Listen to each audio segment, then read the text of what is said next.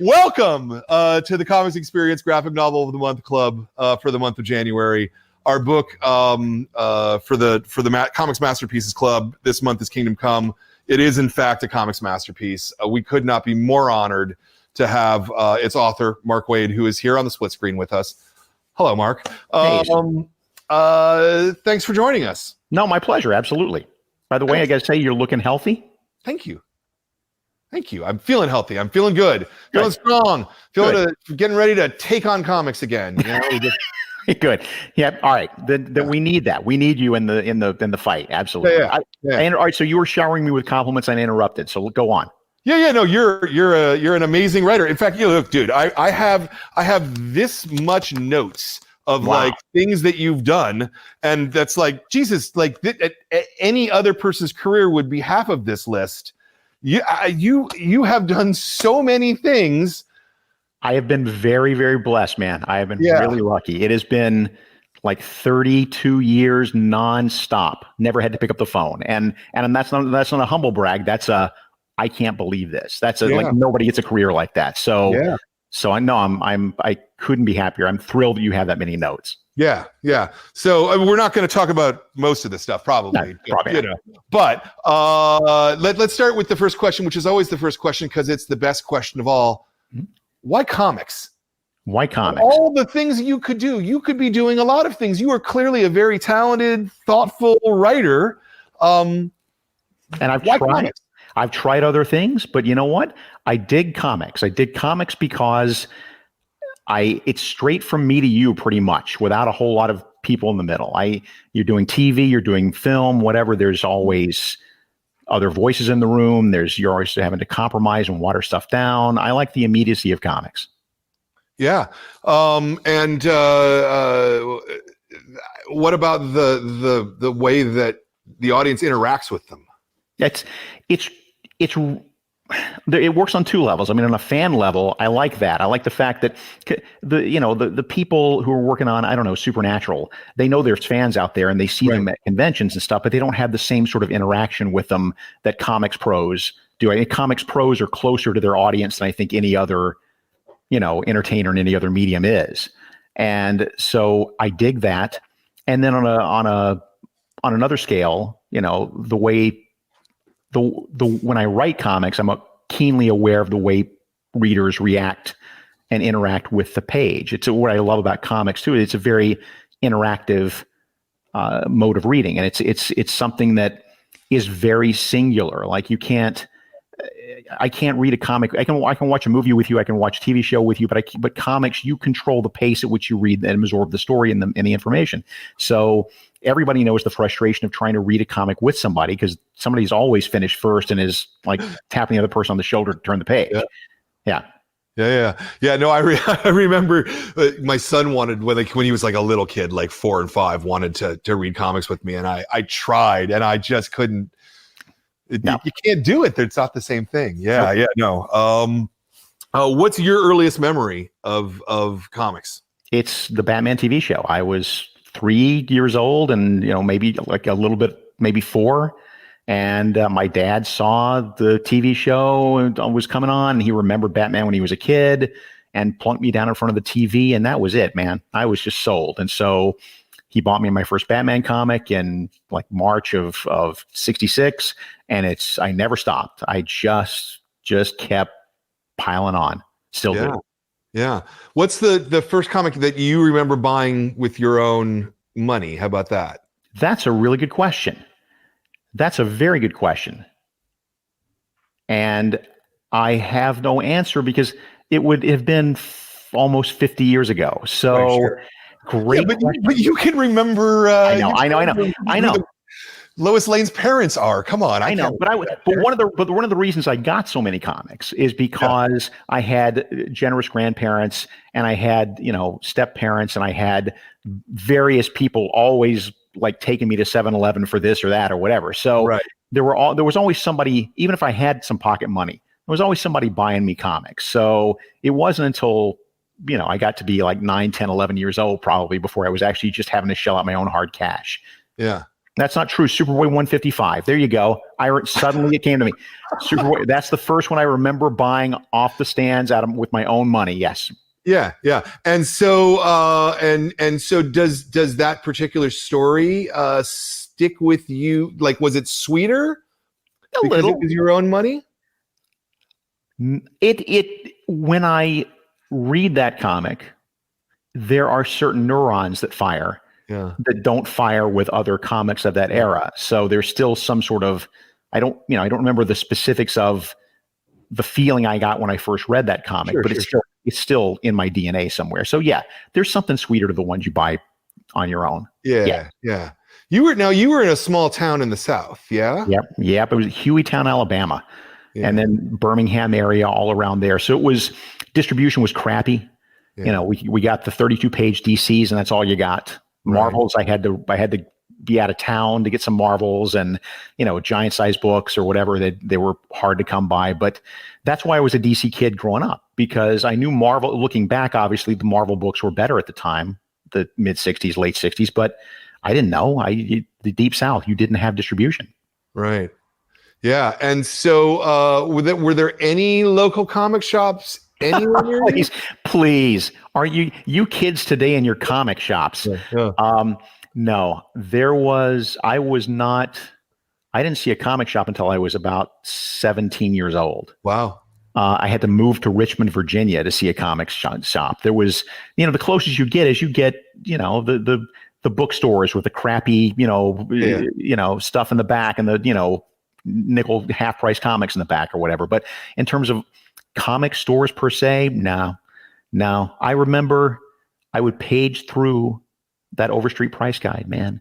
I'd see those ads in the back for all these amazing comic stores in the New York area, and I'm in Alabama, and I'm just dreaming of the day that I could finally visit one of those stores. And I finally did when I was 22, my first visit to New York. And the disappointment finding out that they're all about the size of my living room was really crushing.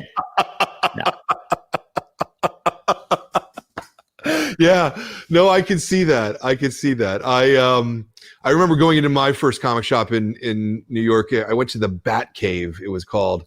I remember that. I know that one. Yeah. Mm-hmm. Underneath the poster shop, and it was kind of gross and skanky down there, and but it was totally like something you had never seen before. I was very.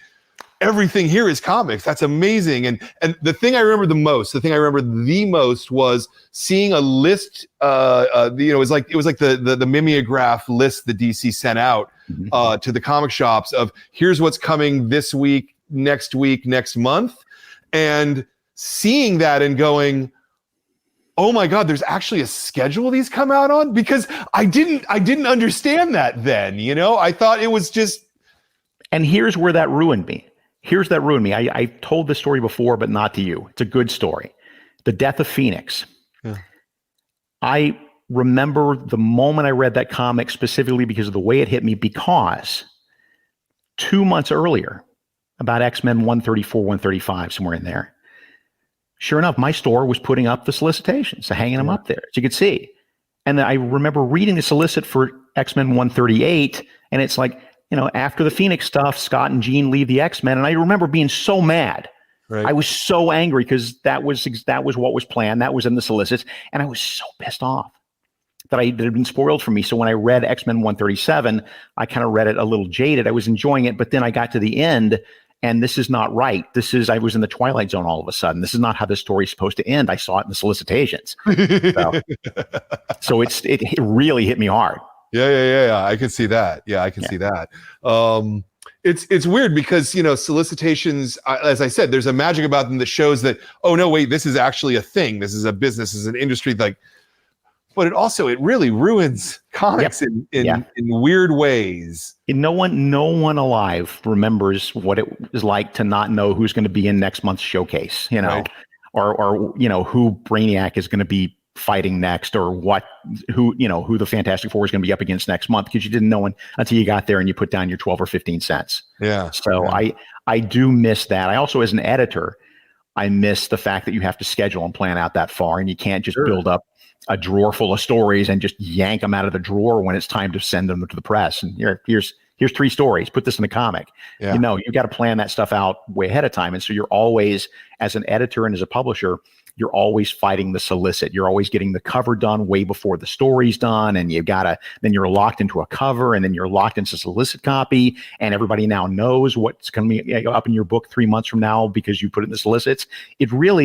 I understand the function of it. I understand the need of it. But man, if there was some magic way I could make it so only retailers saw that stuff and not fans, I would be very happy. Yeah. Yeah. No, I often think the same thing, but there's really not a physical way to make that happen. No. The second one person gets it, somebody's going to run to Rich. That's it's guaranteed that'll happen. So, so let's talk about your entry into. Actually, let me ask this question before I ask that question. Sure. Did you draw your own comics or write your own comics like as a kid? I never wanted to be a writer or an artist. Okay. I had no ambition whatsoever of that. I may have done a little bit of tinkering here and there and written a little bit, but I was writing nonfiction stuff. I got good at reporting for college newspaper, school newspaper and stuff. And I had a facility for language, but I honestly didn't think that I could ever come up with that many ideas. Yeah. So when I got into comics, all I wanted to do was be an editor. That was my goal. And that worked out for a couple of years. And then suddenly I'm in the deep end of the pool and I got to have something to do. And luckily, because I made friends with Brian Augustyn and other editors at DC Comics when I was there as an editor, they fed me a little bit of stuff, and it's been a good ride ever since. But that was not the game. That was not the career plan. Yeah. So you went to college, you said. What were you studying? What was your major? I majored in journalism for the first semester until I realized that I could never be the reporter who stands in front of the widow with a microphone in your hand going, "How did it feel?" And so I swerved over into physics. And so that physics of all. Wait, wow. Okay. Yeah, I was a science geek too. So and of course I've forgotten a lot of that stuff. I'm not ready to be quizzed about this stuff. Not that you would, but I was, so I was bounced between English and those kind of majors and minored in physics and never graduated. I'm 3 credits short. 3 credits. I couldn't pass German. I couldn't pass German, and that was it. And so 3 credits. I've actually inquired to the university, it's Virginia Commonwealth University, where Michael Ringo went also as well. And I've asked them last year, I visited them and I said, is there some way, can we make something happen here? Because it would kind of be nice after, all these years to finally get a college degree, although it doesn't seem to have hurt me. Yeah. Yeah. No, that's interesting. That's really interesting. So, looking online, and online is always murky. It says you started working at Amazing Heroes and writing it at Comics Buyer's Guide in the 80s is what it says, in the 80s, which is maddeningly vague. Yes. Do you remember selling your first piece? I do. It was to Amazing Heroes, actually. And it was something on Superman, and it was about, I don't know, red kryptonite or something like that. Okay. And suddenly I'm a published author. It was awesome. And that was 84, maybe. Okay. You don't remember the issue number? Do you remember the issue number? 39. I mean, Amazing Heroes 39. That sounds right to me. Pretty early. Okay. Yeah. And so I had the taste at that point. And of course I was following all those magazines. I was absorbing everything. And I figured that was maybe the way in, because at the same time, I was also working the conventions in Dallas a lot.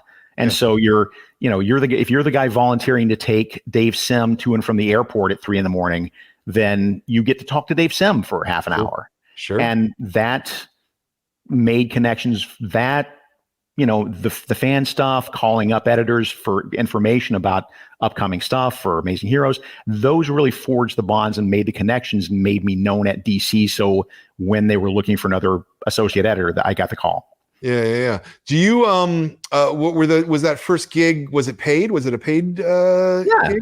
Yeah. I mean, not much, but yes. Yeah. Neat. Okay. Yeah, because there's not like a lot of options for new writers to get paid in writing comics journalism today. Right, At exactly. all, Yeah, right? right. And it's funny because you would think that comics journalism is so much bigger today. Right? And yeah, but it's like everything else on the web, right? It's just watered down, and it's just it's instead of being in 3 places, it's in 40. And because everybody has a keyboard, everybody thinks they can write. So everybody's writing for free. I was very lucky that Fantagraphics paid maybe like half a cent a word or whatever it was, but still it was something. So no, and I what I remember Amazing Heroes just being a fertile ground of great writing for the most part. I mean, there was a little bit of trash in there, but I wish we had a magazine like that today, honestly. I do too. I miss that magazine a lot. I miss that. It's not the same reading it on the web. It's not quite the same. Yeah. Well, just kids today and their web. I know. Let's having someone curate an experience for you. Like here's the comics that we like, and we want to talk about the comics that we like. That's different than reading a bunch of articles about comics that people like. I still pick up an Alter Ego. I still pick up the Tomorrow stuff. I still pick up Back Issue, even though. And if you hand me an issue of Back Issue and it's about 1980s barbarian comics, I'm going to be bored out of my mind. But it still is better than finding it on the web. It's still a curated experience. Exactly. So I'll plow through that just because I bought it. So I'm going to read it. God damn it. Yeah. So in '87, you became an editor at DC Comics. Yep. I had a couple of short Superman stories published because Julie Schwartz was like the king of comics fandom. Yeah.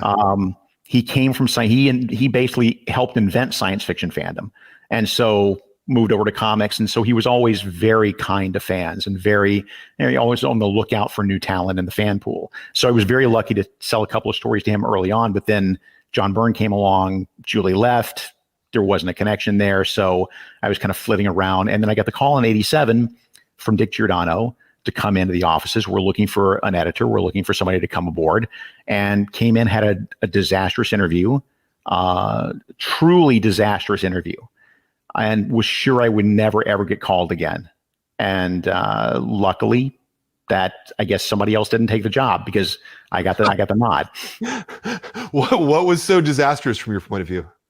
You remember Piranha Press, yes? Yeah, of course. DC's foray into creator-owned stuff. This is setting the stage for others. So, and also to bookstore market and the real world sensibility. Yeah. I mean, I think Mark Neville was really kind of way ahead of his time at that point.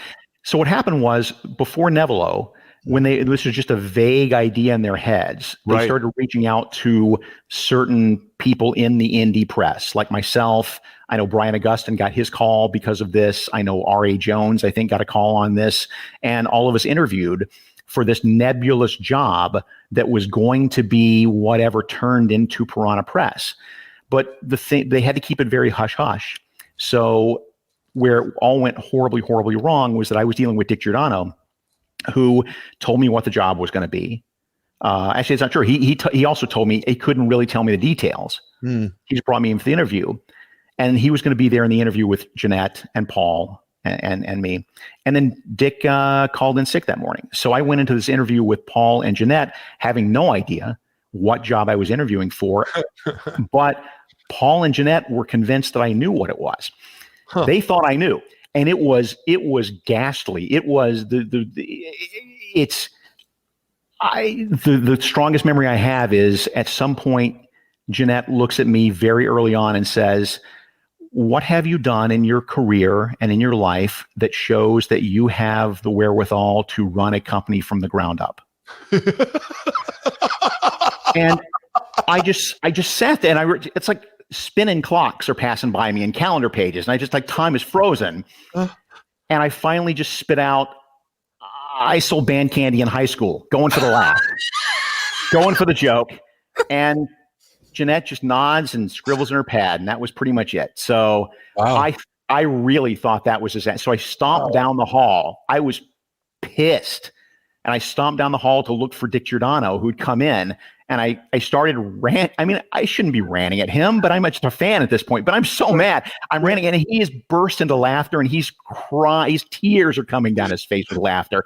And he apologized, and everything was good. It's going to be fine. We're going to call you. It's going to be okay. And sure enough, a few weeks later, it wasn't for this job, but the associate job opened up, and can you come in? And so it all worked out. But that was my first time in a room with Paul, and it set a stage for my relationship with Paul for the next 20 years that I had to work really hard to get past. I think Paul thought I was an idiot for the first 25 years of my career. I think he probably thought the same of me too. So Paul tends to talk to most people like they're 10 years old. Yes. But in particular, and I say that with affection, but we have a good relationship now, but anyway. Yeah. So tell me just a little bit, let's spend like 10 minutes, maybe, just what was DC editorial like back in those days? That seems like a really fascinating time where the direct market was clearly the thing, but it was so new at that point. Right. But we were coming off of Watchmen, and we were coming off of Dark Knight. Yeah. And the whole sense up there was that anything goes. And Dick was this amazing ringmaster. I learned more about editorial and how to manage creatives from Dick than anybody, because Dick's attitude was you hire the best people for the job and you get the hell out of the way. Yeah. And let them do what they do well and don't nitpick. Yeah. And that was the sort of the editorial ethos up there. And so it really was a sense of experimentation. It really was a time for experimentation. It was much easier to get a green light on a project because it looked like it could be cool rather than having to justify the dollars and cents. Yeah. And it was just a lot looser up there. And there was still structure that I had to learn, but by and large, it was a lot more freewheeling than I see today, which is, good and bad. I mean, you also got a lot of crap out of that. You got a lot, for every Watchmen, you get Sonic Disruptors, right? You get Robotech Defenders, but there's still that sense of, comics there's a whole new energy to it that wasn't here in 5 years ago. Yeah. Because suddenly all the kids who were reading comics in the 60s are now running movie studios and TV studios. And that's as much the success of Dark Knight and Watchmen as anything, is that not just the audience was taking it seriously, but also like media types were taking it seriously and paying attention. So that's a whole new breath of fresh air. 1986, I would think I still say is one of the most important years in comics history. Yeah, no, I would absolutely agree with that. Yeah. I mean, to the extent that really I opened my store in 1989. So it was kind of the comics that were coming out then was like, oh, now I've got to open a store. This has got to happen. Right. Yeah. Yeah. Yeah. Crazy. You were there for 2 years at DC. And then you decided to freelance. What was the thing that made you want to go freelance? I was fired. So that kind of did it. In retrospect, looking back, I was a relatively callow and outspoken young man, and perhaps a little too much for my own good. So I was gently let go. But it doesn't seem to have harmed me. As a matter of fact, I actually send Karen Berger a thank you card from time to time, because I could have been there for 10 years, been a 10-year man, and been editing Firestorm, and that would have been my big claim to fame. So it all seemed to have worked out. Yeah. Well, and it didn't seem to have hurt you at DC, especially. 3 years later, you start your run of Flash, which was, I mean, I have to say, I think it's the most definitive run of Flash. Thank you. In the entire history of the character, right? I made good friends when I was up there. I made friends with Dan Raspler. I made friends with Brian Augustin, who was my best friend up there. And so, Brian was the guy who said, look, we know he was fired, but still, let's give him a little work here and there. And he stuck his neck out for me. And that was because, not that anybody was saying don't hire Mark Waid, but you know what it's like when somebody leaves a company. That's they're kind of dead for a while. And Brian stuck his neck out for me, and I've never forgotten that. And I've always said that Brian gets to ride this rocket with me as long as he wants, because he's the guy who lit the fuse. Yeah. Excellent. That's really sweet. You better pick it up, man, because we're only to 1989. So. Oh yeah, no, I know, but I mean, I'm just teasing. We're only at a half an hour, man. I mean, that's not even. I'm just teasing. Go ahead, keep going. You asked me what time it is, and I'll tell you how to build a watch. So this could go long, but that's okay. No, I just like I said, you've had a big ass fucking career, Yeah.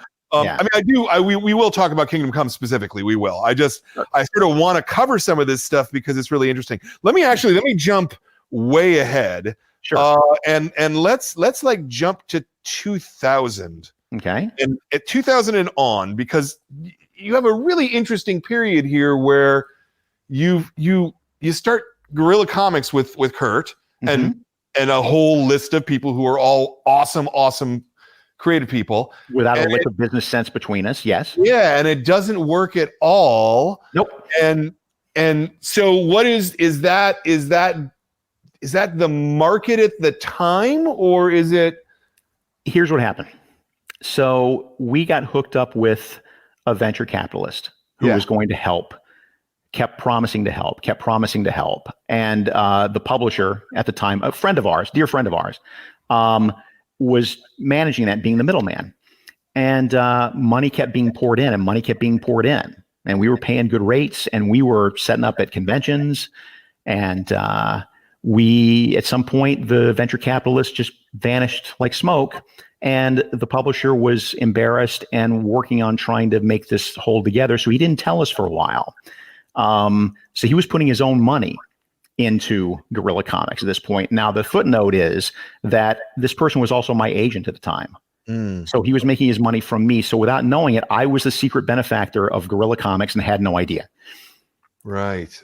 And at that point, we got the new, he finally fessed up right as the solicitations were going to go in for the first couple of issues. And do we pull that trigger or not? And it was a long 24 hours of me and Kurt on the phone going back and forth and pros and cons. And we finally pulled the trigger. But yeah, we'd already spent our money. So there was no promotion money. There was no advertising. There was nothing. We just kind of got out there and hoped for the best. And, we made a good showing of stuff, but comics is full of publishers that did 3 great comics and then evaporated. So we were one of those. Yeah. And so did that make you a better editor and a better because you went on to work at Boom, you're now working at Humanoids. I wonder how that experience informed your path going forward. It made me a better publisher. I mean, it made me more aware of the business end of it. Like I said, that we fell into a bad way because of the 8 of us on that team. Like Kurt was the only one who had half a lick of sense about the business of it. And none of the rest of us could make change for $1. And there we were. But I learned a lot out of that, and then sort of took that to the next step, which was cross-gen, actually, before Boom. Yeah. The good ship cross-gen. Slowly I turn. But again, picked up more there about how to run the business, what do the dollars and cents look like? How do you read a balance sheet? And again, working with creatives in close quarters, because at cross-gen, the gig was everybody was in the building. They weren't working with freelancers. If you worked at cross-gen as a writer and artist, you had to work there on the premises in East Jesus, Florida. That's not fair. It was Clearwater, Florida, home of Scientology. Salute. So being in the think tank, if you will, for a year or so there, working with a lot of great artists, like close, that was, again, also very informative about, okay, this is how you get people to do their best work. You do this, you do this, you don't do this, you don't do this.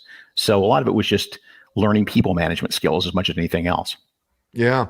And it worked for a little while, the cross-gen thing, right? Like it actually, that first year or two, I felt like those books were building in success, and it was really kind of genuine and real.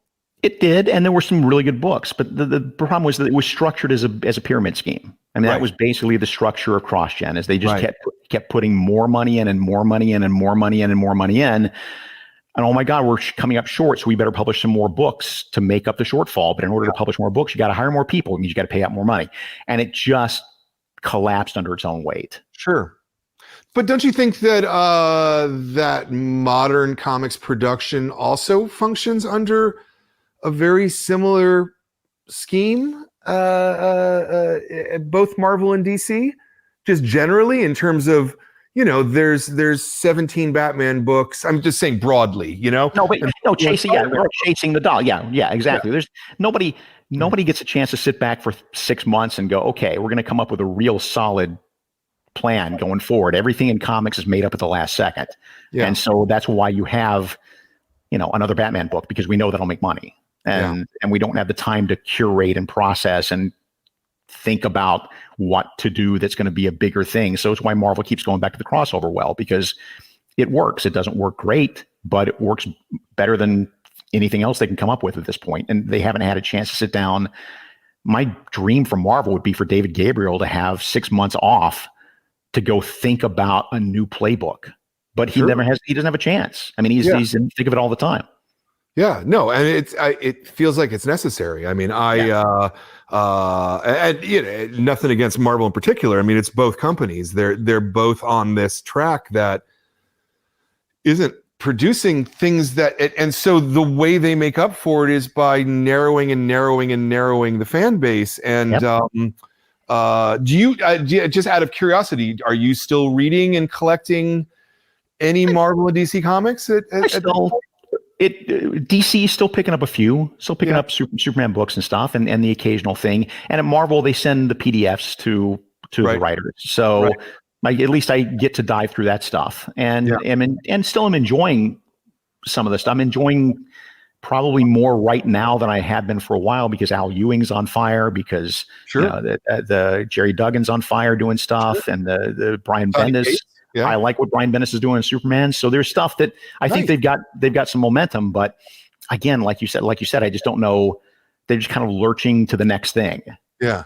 No, it's hard to see a plan at either company, which is the crazy thing, because I genuinely, honestly, truly believe that with those characters at both companies, that if they did a focused plan, they could sell 1 million copies of every goddamn comic book in a line. But in their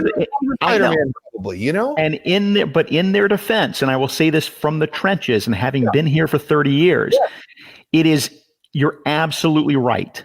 And that is absolutely the way it should go. But I cannot overstate the feeling of being in the trenches and mortars are going off around you 24/7 when you're in comics publishing.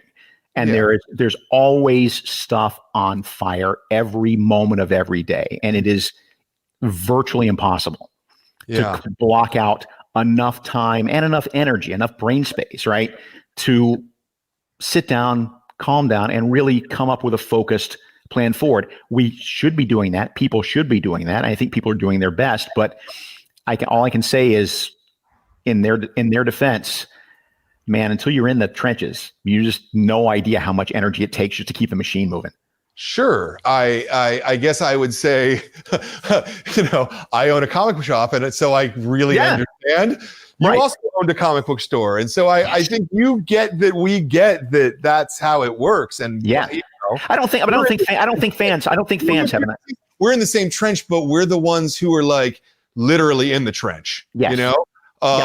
The generals who are like, oh my God, like we're losing, 10,000 lives. Like we're the 10,000 lives that are getting lost. You know, I've always thought of the comics retail in a way is a metaphor of being at war, and what we need from publishers and creative people, but from publishers, the mechanical part is we need bullets, right? Like we can't take the hill if we don't have bullets,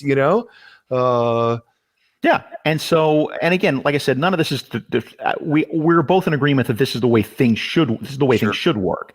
But just being in the trenches, it is at the end of a 9-hour day when shit's still on fire, and you have the choice between pulling the trigger on some experimental, Steve Gerber book or another Batman book. Right. Well, the Batman book is going to at least be they're feeding you ammo. They're just not feeding you the most effective ammo. They're just feeding you. You're getting your ammo in volume as opposed to accuracy, right?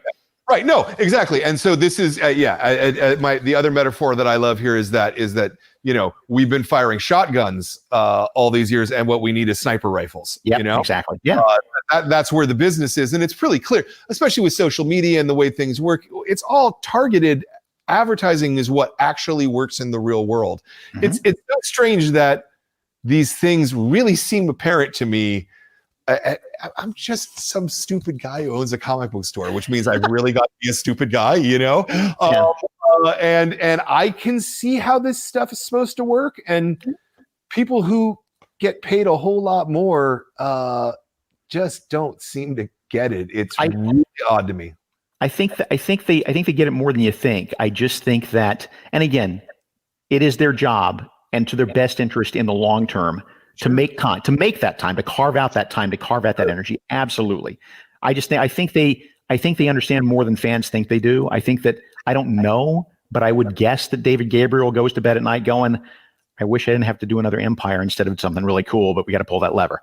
So I would believe that as well. I think that David is a relatively good influence on comics as far as things go. I don't know. I just get frustrated because I hear you 100%. You're absolutely right. I'm just saying it is a complicated machine, and you know that too. So it's just so hard to look at that. Look at those big crossovers. Look at A King in Black, which I'm sure is going to be a perfectly good story, but before it even comes out, again, this because you worked as a retailer for a little while, you've got to order 2/3 of it up front with no information, and it's not returnable. And, you've just got to have faith in the machine, which is not a rational way to live a business life.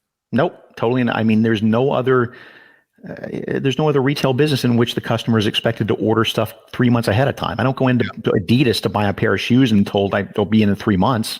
Yeah. Anyway. Yeah. Well, so how do we solve that, do you think? Returnability would help. I think. I don't know. What's your experience? What's your feeling? If DC and Marvel would go 100% returnable tomorrow, how much would that impact your business? So it would impact the business in terms of as new things come out, I would actually put my heart behind, well, maybe not even my heart, right? Like a muscle. Like now, literally, I think that neither of those two companies care about me at all. So I lift my finger like this for them, in terms of putting any kind of marketing muscle. I'd rather give all my marketing muscle to Image and Boom, even Dynamite, like who are making their books fully returnable. Vault, little tiny publisher. Everything they're doing is fully returnable right now.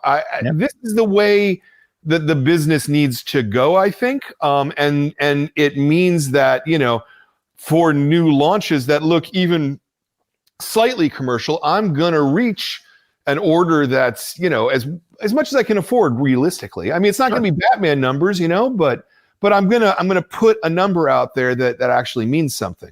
You know? I'm totally with you. This is why we're in Humanoids. We're pushing toward returnability on all the periodical stuff we're going to be doing. But that's, again, inside baseball stuff, and this too, but people are watching don't necessarily know this.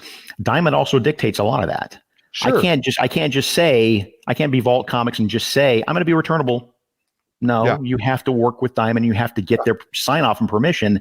And it is not easy in a lot of cases because it's more work for them. And especially right now when they're understaffed and under, whatever. So it's, I'm with you. I believe in affidavit returns because I tend to believe the best in people. Yeah. I know that other publishers are a lot more skeptical about affidavit returns. Yeah. For those of you who aren't on inside baseball, it means that when Brian orders 60 copies of a first issue that's returnable, he doesn't literally have to return those comics he didn't sell. He just signs an affidavit, a legal affidavit that says, I didn't sell those comics and I want credit for them. And then they are allegedly destroyed or whatever you do with them. I don't know. Yeah. We give them away at that point. Exactly, Johnny Appleseeds. They become a promotional write-off for the publishers as far as we're concerned. Yeah. And it's a win-win for everybody. There's never a problem giving away comics. No. Which, yeah. Thank you, Joe Field. So the other thing I really want to talk to you about before we talk about Kingdom Come is I want to talk to you about Thrillbent, and I want to talk to you about digital comics. And you made a really huge bet. You sold your comic book collection for digital comics, and it didn't really work. Didn't really work. No, don't pussyfoot around. It didn't really work. Well, I don't want to be a dick. Is the thing? No. I appreciate that. I'm not like, I told you so. But I mean, I did tell you so. So can we talk about this? Like, why didn't it work? And because it should have worked, right? Everything should have worked. I bet early on digital comics. I still believe that there's an untapped market for digital comics out there that we just haven't been able to get to yet. But so we went big on Thrillbent, sold my comic collection to help finance. Serious comic book collection, by the way. This is not some every DC comic since 1956 and so forth. So it was a pretty sizable collection. So there's that, but John Rogers, the producer, TV writer, in with me, who did Leverage and other TV stuff, he in there with me, partnering up with me on this, and we thought we had it, but we were just too early with a lot of stuff. I think a lot of it was, and I know everybody says, "Oh, I was just ahead of my time." I think we really were a little bit ahead of our time on some of this stuff. We tried to get in the Patreon business before Patreon was a thing. We tried to sort of hint at getting in what ended up being a Kickstarter business model before Kickstarter was a thing, but it was still my part-time job. It was still John's part-time gig, and you're only going to get out of something like that what you put into it.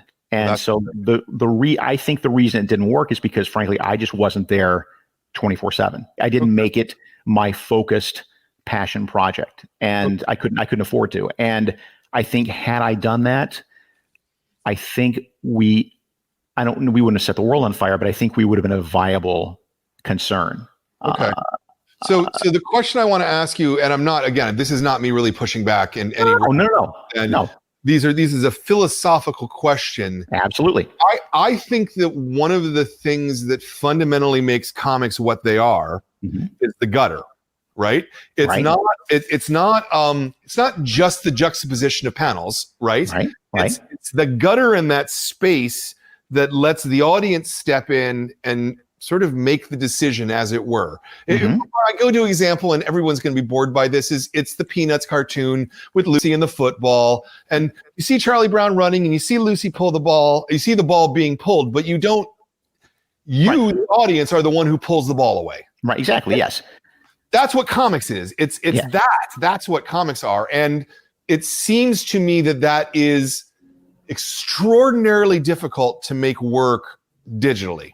It is hard. It was really hard to make work digitally, but I think we did it. I think we cracked a lot of the technology and a lot of the way a digital comic should work. Because I've always said it's a different experience. Yeah. Comixology is not digital comics. It's pictures of comic books is what it is. And there's nothing wrong with that, but that's not, if you're going to be in the medium, use the medium for what it works for and take advantage of the medium. And so with the Thrillbent stuff, we did, and this is where it always gets impossible to talk about because this is explaining an elephant to a blind man, right? If I'm trying to tell you how Thrillbent works verbally without showing you, it's much harder, but Thrillbent.com fans, still there, go look it up, a lot of free stuff. You can see where we use the medium in different ways, invented different storytelling techniques. It was still comics, but it wasn't motion comics. It wasn't limited animation. It was its own thing. And I think it was a lot of hard work and it didn't quite pay off, which is a shame. I still think there's a market for it out there somewhere. And I think that in the multiverse, there's a much smarter Mark Waid who went all in. Okay. And so made it work. the state of Thrillbent today, I mean, as you just said, it still exists. Those books are there. Yeah. It's languishing because, again, we just don't have the time. Yeah. But John and I both aren't buying in. It's not, it's because you can still do it, right? Like you can still buy comics there. Yeah. Yeah. Actually, it's all free at this point. I mean, a lot of it was free at the time. And that was a big part of our model too, which was the freemium model of, we're going to give you a little bit and then we're going to ask you to pay what you want to pay. Right. And in theory, I think that model works, but we couldn't get it to work. Yeah. So we never really were well monetized. We had clicks like you wouldn't believe, but we weren't terribly monetized. But so that stuff is still there.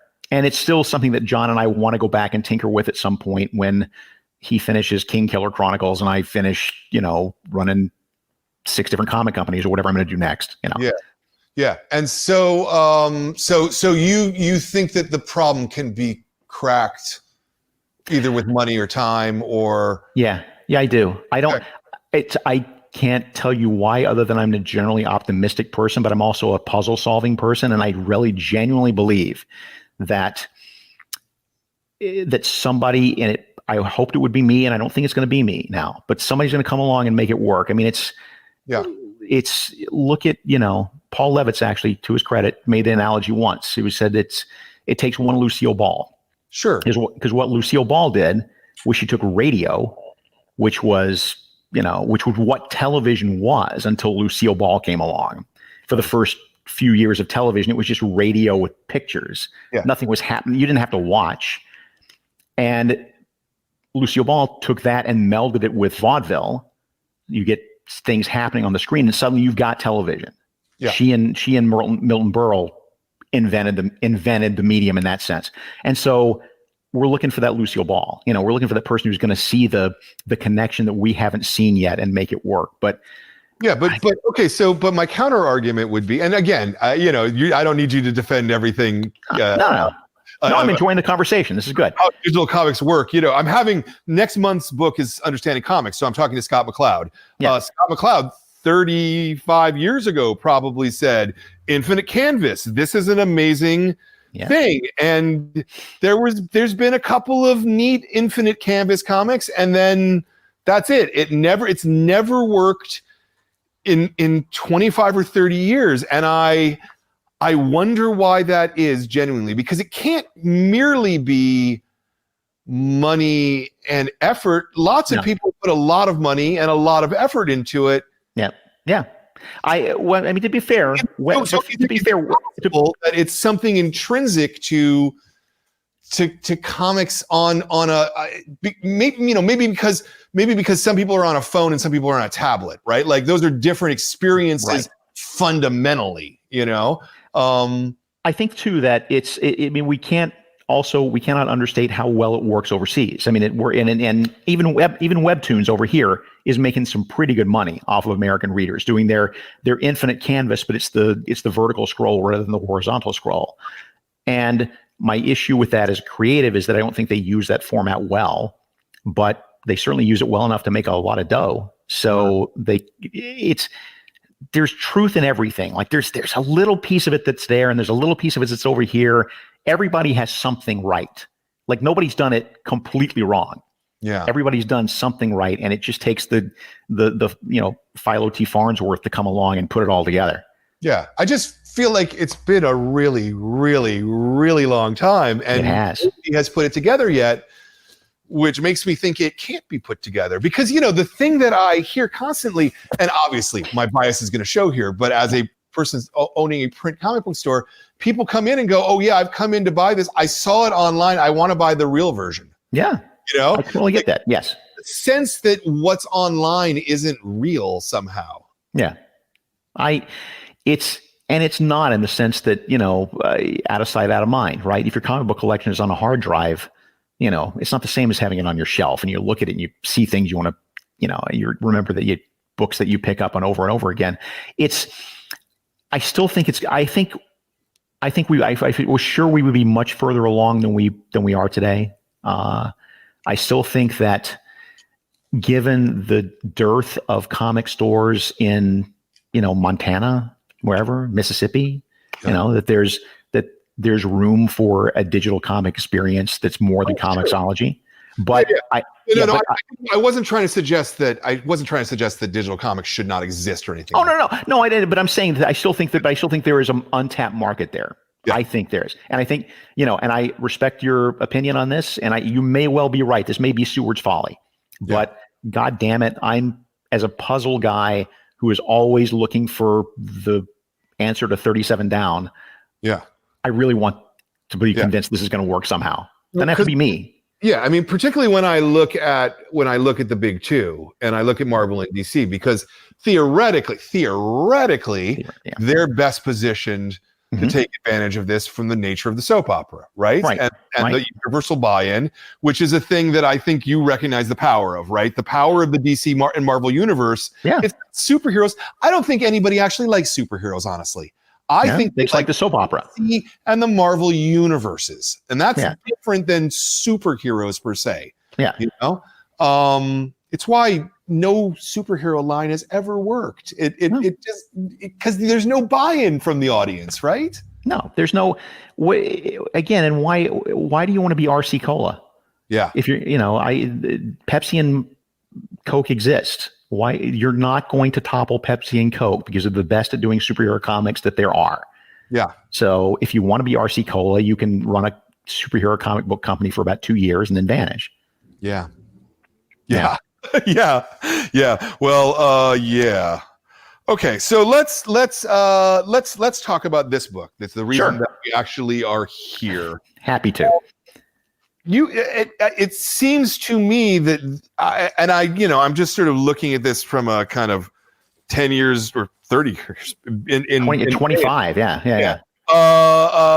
But you came onto Flash in 92 and Kingdom Comes 96. So you're still doing Flash, but Flash was building.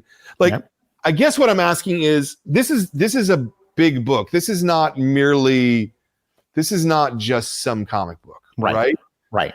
And so did you realize that when it was coming together with you and Alex? Did you guys know what it was you had, I suppose, is the first question? I didn't know until the first issue hit. I didn't know until the first issue came out. And suddenly I realized what we had. And it was terrible timing because I was just about to start the script of the fourth one. Right. And I froze like you wouldn't believe. I just drowning in flop sweat all of a sudden. Oh my God. And so the fourth one took me like 3 times as long to write as the first 3. But we knew there was something special going on here, but we didn't know it was going to be that huge. We had Marvels as a precedent. So it wasn't a complete stunning surprise. But no one could have predicted we would be having this conversation 27 years later. No. Yeah. Okay. Or whatever it was. Yeah. How did the book get pitched? It was Alex. I mean, I cannot ever talk about this book without saying, look, all props to Alex. To some degree, I was just the guy grabbing onto the train as it was whipping past the station.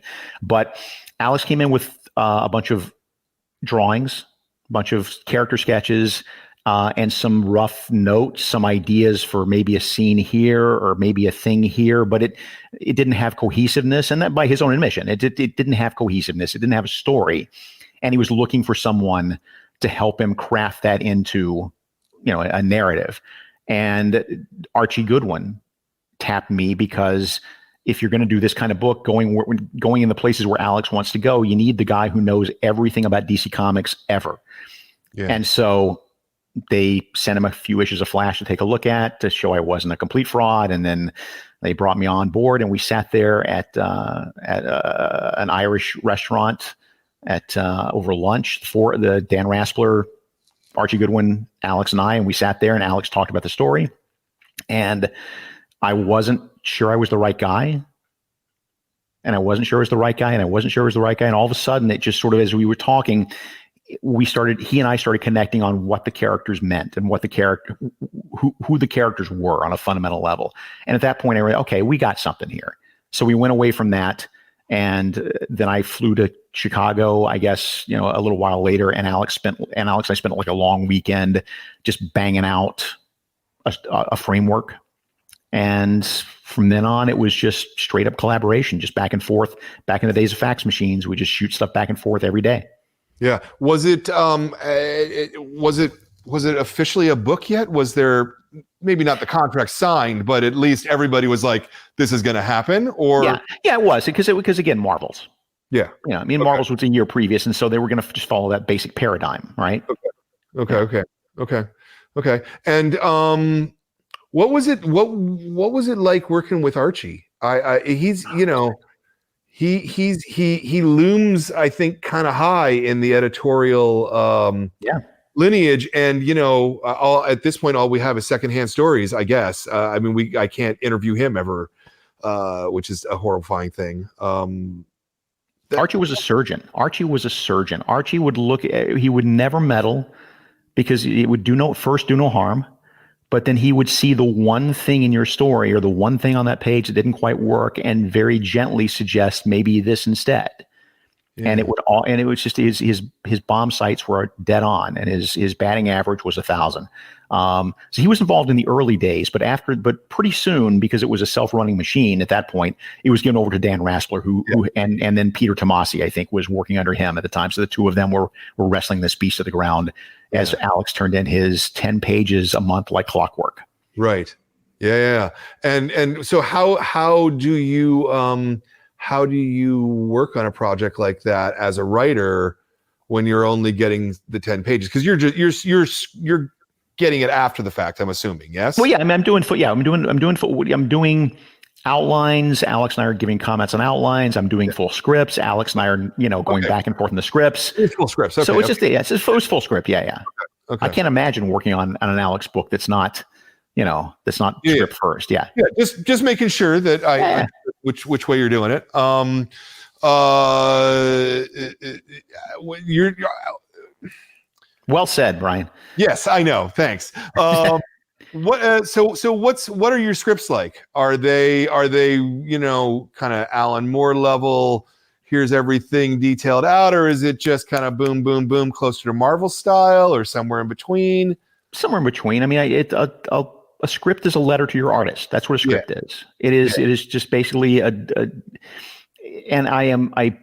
my scripts are always very open. Howard Chaykin gave me the greatest compliment once when he said I was the most artist-friendly writer he'd ever worked with, which was just the sweetest thing to say.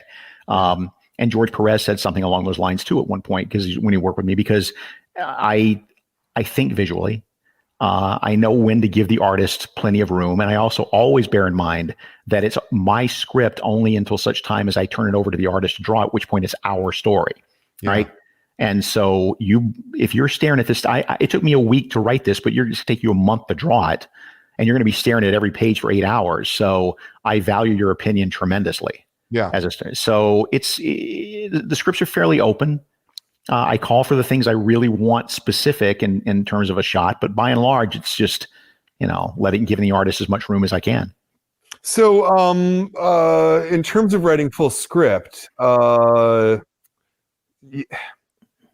the way that a page is structured, obviously is kind of critical in terms of how a story is unfolded, and like where the page turns are and things like that. Yep.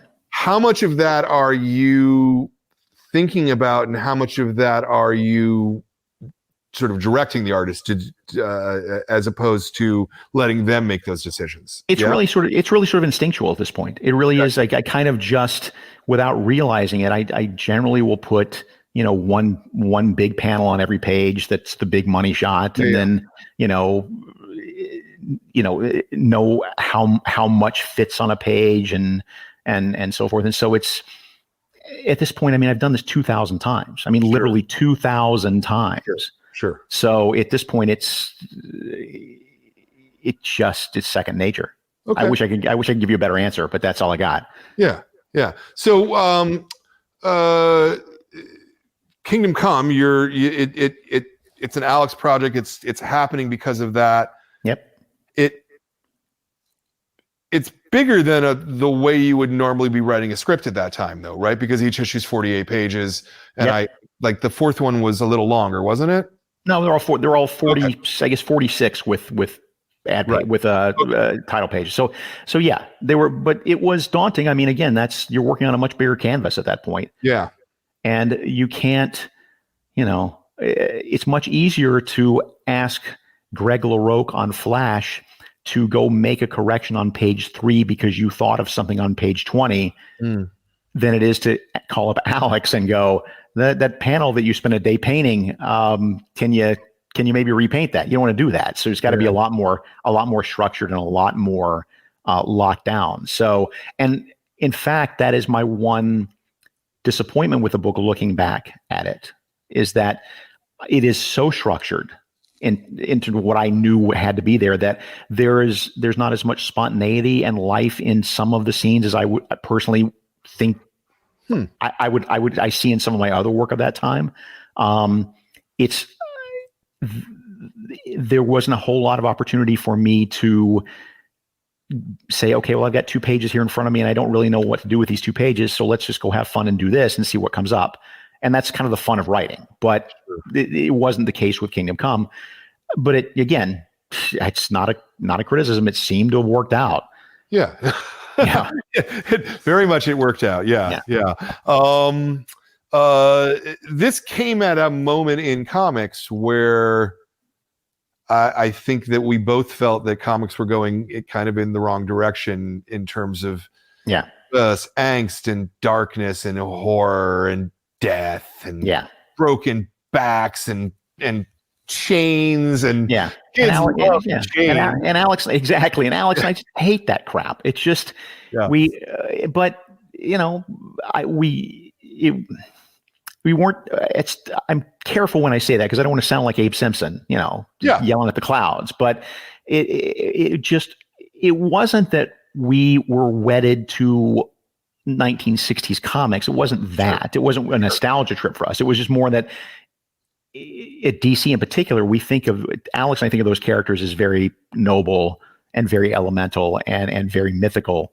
And they formed our mores, they formed our ethics and our morals, Alex and I and a bunch of other people. And so we felt that had been lost a little bit, was getting lost, not necessarily with those characters, but with comic book superheroes in general. Sure. Well, but I mean, even Superman died and there were 4 of them and one of them was a murderer. And, I mean, it wasn't, kills me sometimes that period of comics. I mean, I'm glad we finally got past it. And I think in a way it's a book like this that, they may be overselling it, but that helped us get past it, to show us the nobility of the heroes again. And that power in that faith and that belief in these characters, that they do the right thing, that they stand for something meaningful. There's just something I'm not a cynical person by nature. I am not a Pollyanna, but I'm not a cynical nature, and I have no use for cynicism. I think it's cheap and it's easy.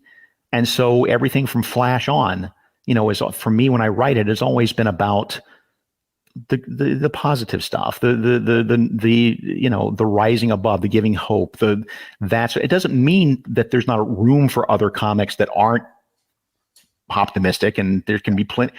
I love a lot of really dark, cynical comics too, but that's not what I do well. Right. And so that's, from Flash on, that's been my marching orders, my self-imposed marching orders. And if it helped at all, and I think you're overselling it, but I think if what I have done has helped keep us away from the edge of the darkness a little bit, then I can live with that. Yeah. Yeah. I mean, I think, look, to be completely cynical at the fact that this book was a success, a commercial success at the time that those dark characters were starting to wane in sales success. Right. At least that much helped get people back to maybe the idea of these characters being noble again.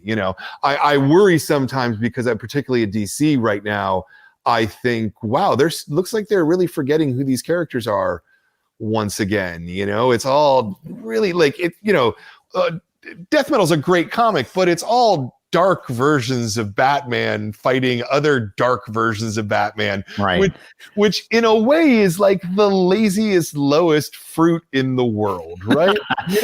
Like, oh, what if they're bad, right? Like any hack can do that. Not that anybody's working on them are hacks, but you understand the thing that I'm trying to say. I understand what you're trying to say, yeah. And it is true that DC does. I mean, one of the things that I think worked and made it a book that you're holding on to 20-something years later is that Alex and I both have a very strong vision of each of these characters, from Wonder Woman to Act. He's the only person in the world I can have an argument about Martian Manhunter with for 30 minutes. And you throw out any DC character that Alex and I grew up reading, and we can do 20 minutes on them.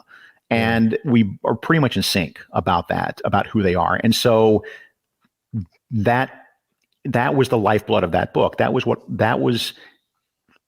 to me was what I wanted to put in the book, is like, this is who I'm not making these characters cool.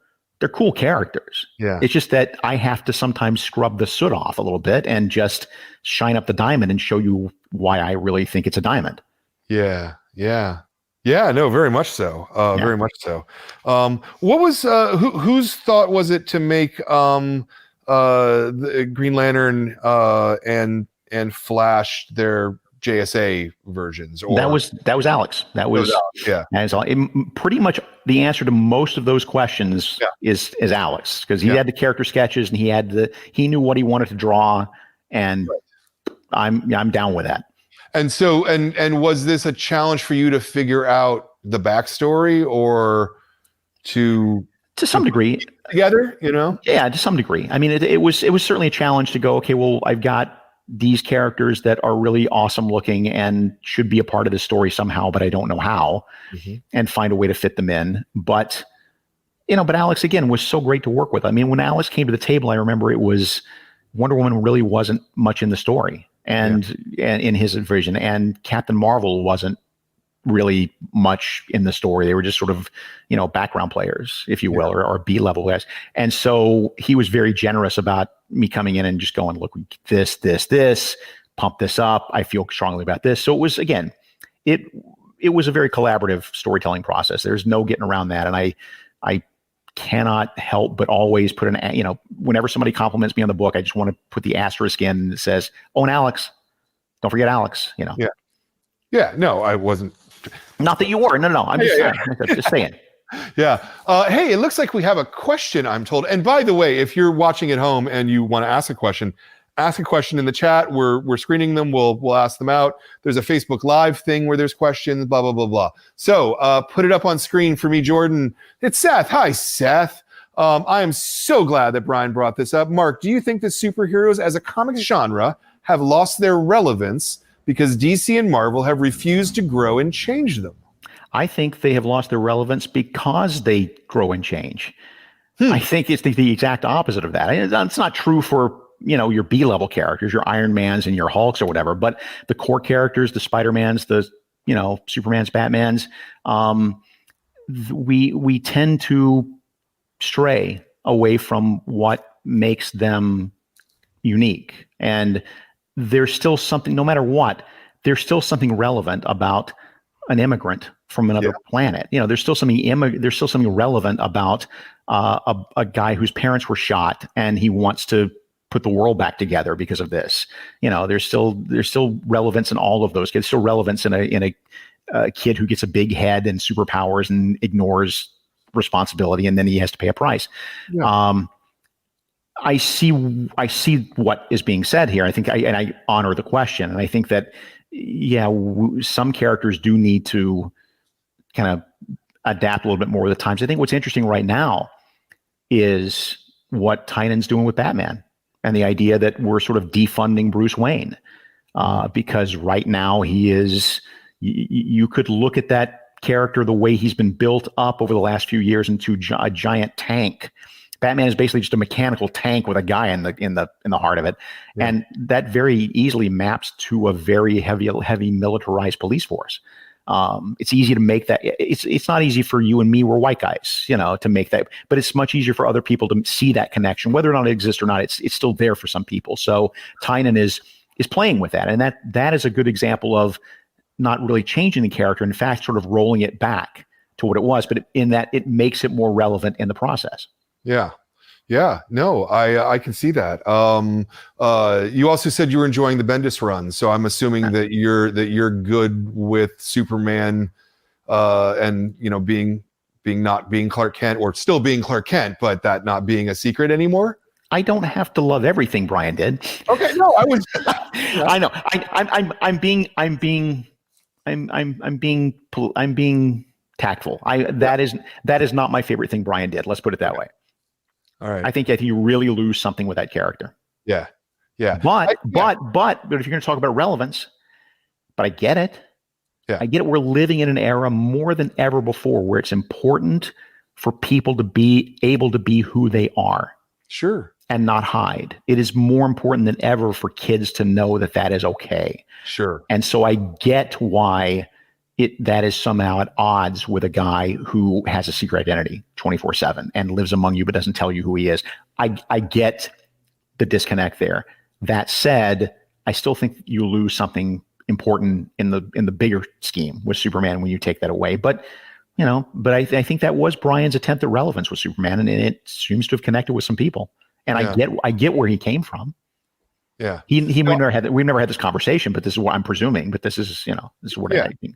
Yeah, I think I agree with you in terms of the roots of the characters and them their central metaphors being essential to what they are. Yeah, I think I like what he's doing with Jonathan Kent in Superman, but I don't think that John can really ever be Superman. All he can be is Superman Jr. Do you know what I mean? Because Superman has to be a strange visitor from an alien planet, or else he's no longer Superman. Exactly, that's exactly right.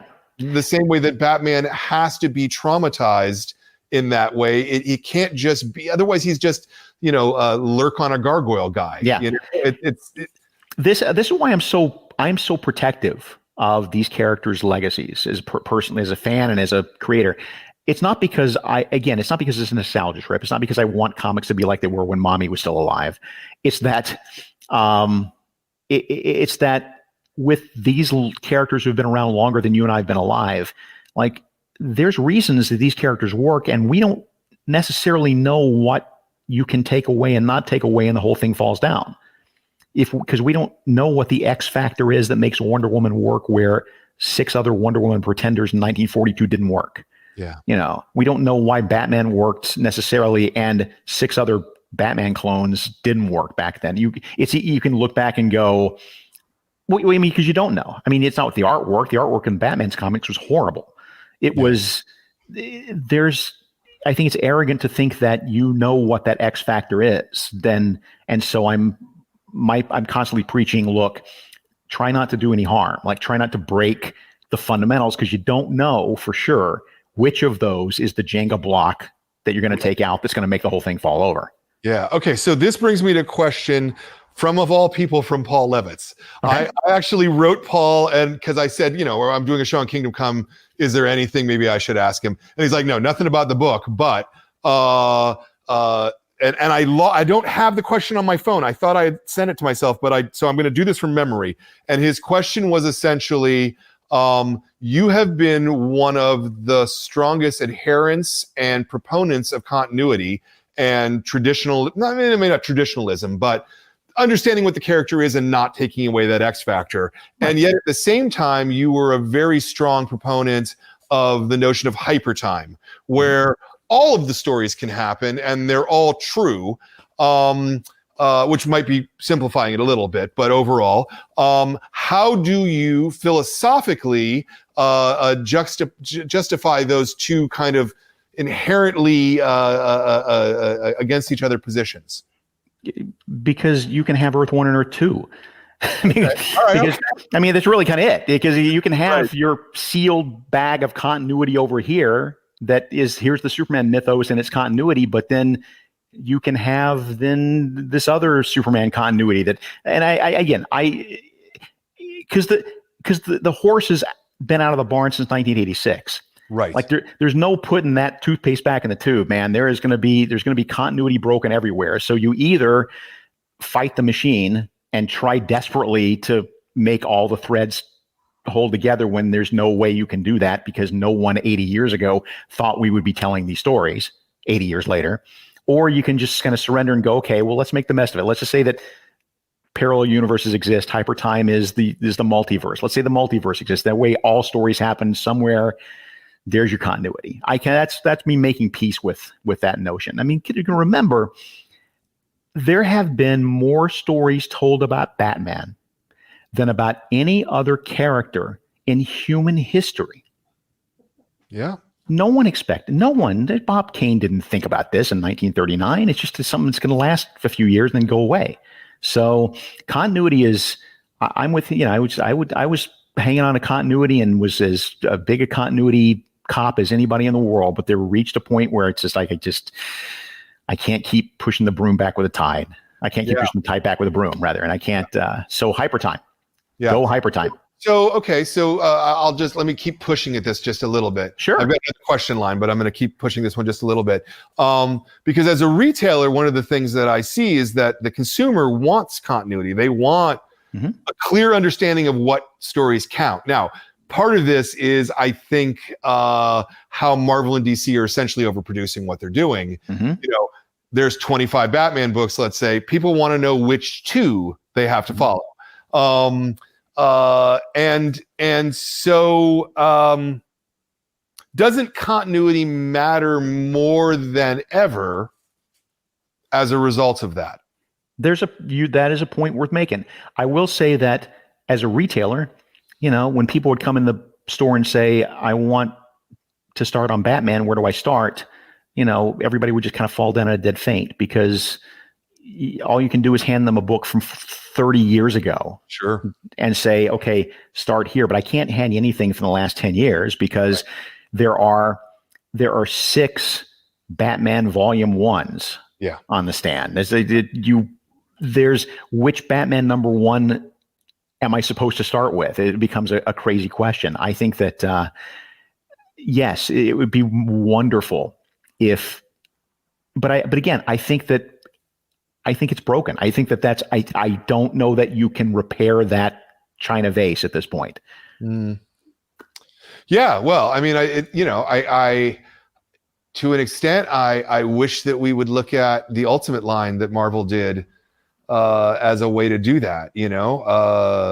Those books were really good and they stood alone and they brought people in and I don't know. I just think that those characters you could really do something with them if the publishers took.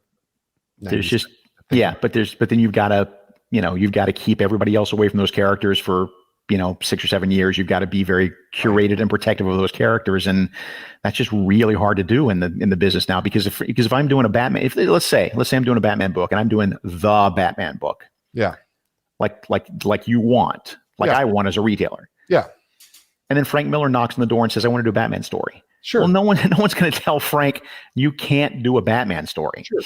So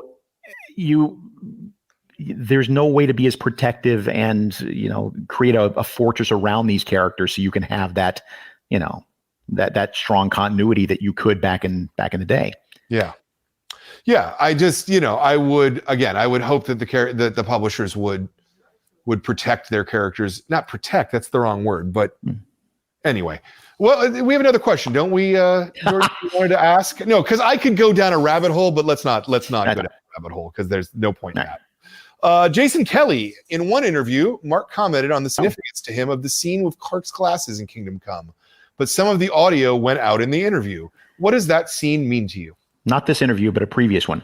Yeah. That was the moment that I knew I got Kingdom Come. We're sitting at that table, we're having the conversation, and Alex and I are talking about how it might end and some things. And I had this mental image of Superman at the very end of the story, just for the first time in the entire story, just putting his glasses back on and becoming human again at the end of the story. And once I had that image, that was it. Now I got the story. Now I totally understand. And I own 2 pages of Kingdom Come. And those are the 2 pages, the very end. I don't have the splashy pages with people in costumes. I didn't need those, but Alex was kind enough to give me the pages of Superman putting his glasses back on. Yeah. That's how it works for me a lot of times. It's just a flash of an image, something striking that I don't have. I don't want to force it in, but it'll give me something. To me, when I write comics, a lot of times it's like putting all the cards face down on the table, and you're like pulling up one, and you have an idea for one idea, and then you pull up another one, and here's another separate idea, and you pull up enough, and you start to put them together. Yeah. Suddenly, this idea might connect to this idea, and before I know it, I've got a script. But that's kind of how it happens. So again, a very long answer to a very short question, but that's the answer to the Clark Kent question. Yeah, no, that's a great answer to that question. I wanted to ask you about the epilogue. There's sort of 8 pages that weren't in 8, 10, whatever it is. There's a number of pages that weren't in the original comics. Yeah. That came later. Where did this come from? How did that come about? I don't know what happened. No, that was sheer avarice. That was in. Remember, we were still in the fledgling days of trade paperbacks at that point. Yeah. And DC said, okay, we want to do a nice hardcover with Bob Chapman. We'll do a graffiti hardcover, but we want something else in there to really sort of make it special. And so we had the remit was, we want 8 pages or whatever it was.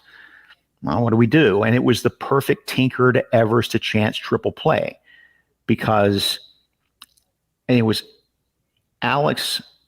I came up with the idea of the 3 of those characters a year later, or whatever, the Superman, Batman, Wonder Woman having their conversation.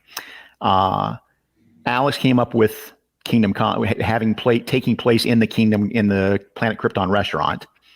And then Dan Raspler came up with the idea of, okay, they're having a conversation, but this is what they're talking about. They're talking about Superman and Wonder Woman, expecting a child. And so that was all in one phone conversation. It was like boom, boom, boom. And it's so much fun as much as I rail and scream against comics that are 6 pages of people sitting around having a conversation. If Alex is going to paint it, and it's going to be in a really visually interesting place like the Planet Krypton restaurant, I think you can get away with it. And that was so much fun to write, because I'm writing the characters. I'm not writing them. I'm not having to think about what gigantic thing I can have Superman punch that he hasn't punched before, or what clever way Batman has to solve this mystery. It's just I get to write the characters pure. And boy, it was just I wrote that thing like it was just like water coming out. It was just flowed.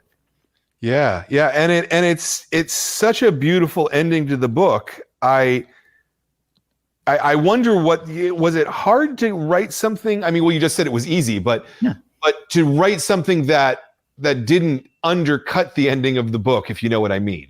It was, and I cannot remember how we managed to negotiate that, because that was 20 years ago, but we knew we had to be protective of the note we ended on with a book. So, but I get what you're saying. You don't want to come along and do something that's going to undercut what you've just spent 180 pages trying to sell. Yeah.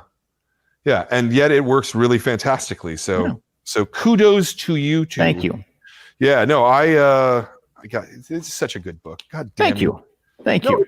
It's it's one of those things that, it makes me feel hopeful about superheroes and about that, and what these characters represent to us. And, let me ask you this question: of the younger characters, of the second generation characters, were there any of them that you felt a particular affection towards? Thinking, not especially. There is nostalgia factors in my love of comics to the degree that I am passionate about the characters that I grew up reading, and there is a point at which a newer character, no matter how great they are, is never going to appeal to me in that same exact primal level. I still think of Chemical King and Timberwolf as the new Legionnaires. I still think of Elongated Man's red costume as his new costume, or Firestorm as the new Justice Leaguer. Sure. So it's no comment on any of those second generation characters, but it just none of them spoke to me. Yeah, and yet you made Wally West like the character. That's. Oh, I thought you meant in terms of okay. I thought you meant in terms of specifically Kingdom Come, but you meant no more. No, I did in that case. But it's interesting that that's your point of view when you made Wally West the Flash in a way for even for guys like me who Barry Allen was our Flash. Our Flash, absolutely, yes. But no, then Wally became the Flash, and that was great. That was even better. And it's great, because the Flash doesn't have a central metaphor that. It doesn't have to be Barry Allen. Exactly. Yeah. Because it was already Jay, and it's, as long as the guy runs fast, he could be the Flash. Yeah. And that's why that worked. I mean, so I big props to Wally. As a character. I mean, I never really cared about him much growing up, but when I got the opportunity, when I saw what Bill Loebs did with the book before me, Bill got me really invested in Wally. As a kid, made me convinced that Wally was an interesting character. And then when it was handed to me because of Brian, I just put everything I love about the Flash into that thing. Yeah. What's your favorite thing about the Flash? The generational aspect. I mean, in terms of the franchise, it's the fact like it is literally a baton that you hand off to the next runner is such a beautiful metaphor for what the Flash identity is. And also just the speed. If I could pick any superpower, it would be super speed because you can just get stuff done. Everybody, time is the enemy of all living things, Brian. I want more time. Yeah, no, I can see that. I don't know. What else do I want to ask you about Kingdom Come? I don't know. I want to rave about it. I just love this book. Don't let me stop you. Yeah. I like hope, and I like the future, and I don't know. I like Superman. What's great about Superman? Talk to us about Superman. Why is Superman so good? Put another roll of film in the camera. He's going to talk. There is something that is so fundamentally identifiable about that character, and it has to do with Clark. It has to do with what we were talking about. That yes, nobody knows what it's like to leap over a tall building in a single bound, but everybody knows what it's like to have that moment where you feel like if they just saw me for who I really was, if the cheerleader really just saw me behind who was behind these geeky glasses, or if the cute guy, could really see who I really was inside, they would adore me. They would really appreciate. Everybody knows that feeling. So everybody understands the metaphor on a primal level of Superman Clark taking those glasses and being the person, disguised as Clark Kent, but really the Superman inside us. That's what he represents, the super person inside us. That's a big part of it. I also think that there is a sense of joy to that character that is very unique to other comic book characters. There's nothing really joyous about Batman unless you're Adam West, and there's nothing particularly joyous about Spider-Man. There are moments, but at core, not necessarily. But with Superman, think about what makes him unique. Think about the thing that really makes him immediately stand out. If you ask people, tell me something about Superman, random people, tell me something about Superman. And I've done this to test the theory. To a one, almost every one of them will say the same thing. He can fly. Yeah. He can fly. And that is such a universal, primal, we dream of this. We long to fly. We love the freedom of it. And Superman, with that big smile and that soaring through the air, that invulnerability, that invincibility, that sense of freedom and being able to just be, I think really resonates with people, whether they realize it or not. Yeah. Yeah. And I love that he's there for us, and it's not, anytime I see a dark Superman story, I'm just like, nah. He's there for, exactly. He's hope. I mean, he's really, it's corny, but it's needed, especially needed times, It's desperately, it is needed. People really want to believe that there is a guardian angel looking over your shoulder, whether they're want to admit it or not, everybody has that feeling that they wish that there had, somebody was looking out for them in that level, in that sense. So that we all get, we also, some of us, I think I speak maybe more for myself than general populace, but certainly speak to a lot of comic book readers when I say this, that there is a sense of loneliness to Superman at core, that he has to be apart from the world. He has to hide behind Clark Kent because otherwise he cannot live a regular life in this world. He can't play pickup basketball. He'll fall and break your arm. Or whatever, he can't move through the world like you and I can. And that sets him apart. And I think that speaks to a lot of us too. That the sense of that loneliness, the sense of, I want to be part of something bigger. I long to be part of something bigger, but I can't because of this or this or this. So I don't know. Your thoughts? Am I just pulling that out of my? No. I mean, that all sounds exactly right to me. I don't know. I about a week ago this time, give or take, you were really dark on Facebook, and I was thinking, like, if we were done the interview then, I would have been like trying to shore you up with Superman. Yeah, I know. It was hard. That was a tough day. It was a tough day to see how many people voted for lying and voted for corruption and voted for such darkness that I really wanted the Blue Wave redemption. I think I really wanted us to prove that we weren't that we weren't bullies at heart. And 70 million of us disagreed, and that broke my heart. It still breaks my heart, but I feel better every day now that I see what's happening. And certainly, I have energy for I don't think that there's a magic. I don't think anybody can come along. I don't think God himself could be in that job and throw a magic wand and make everything work at this point. But I think we were better off than we were. Yeah. And I hate bullies, and I just don't like having a bully in the White House. Yeah. Yeah. Very much agreed. Very much agreed.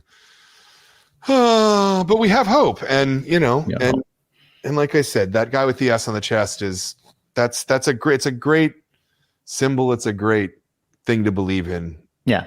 It really is.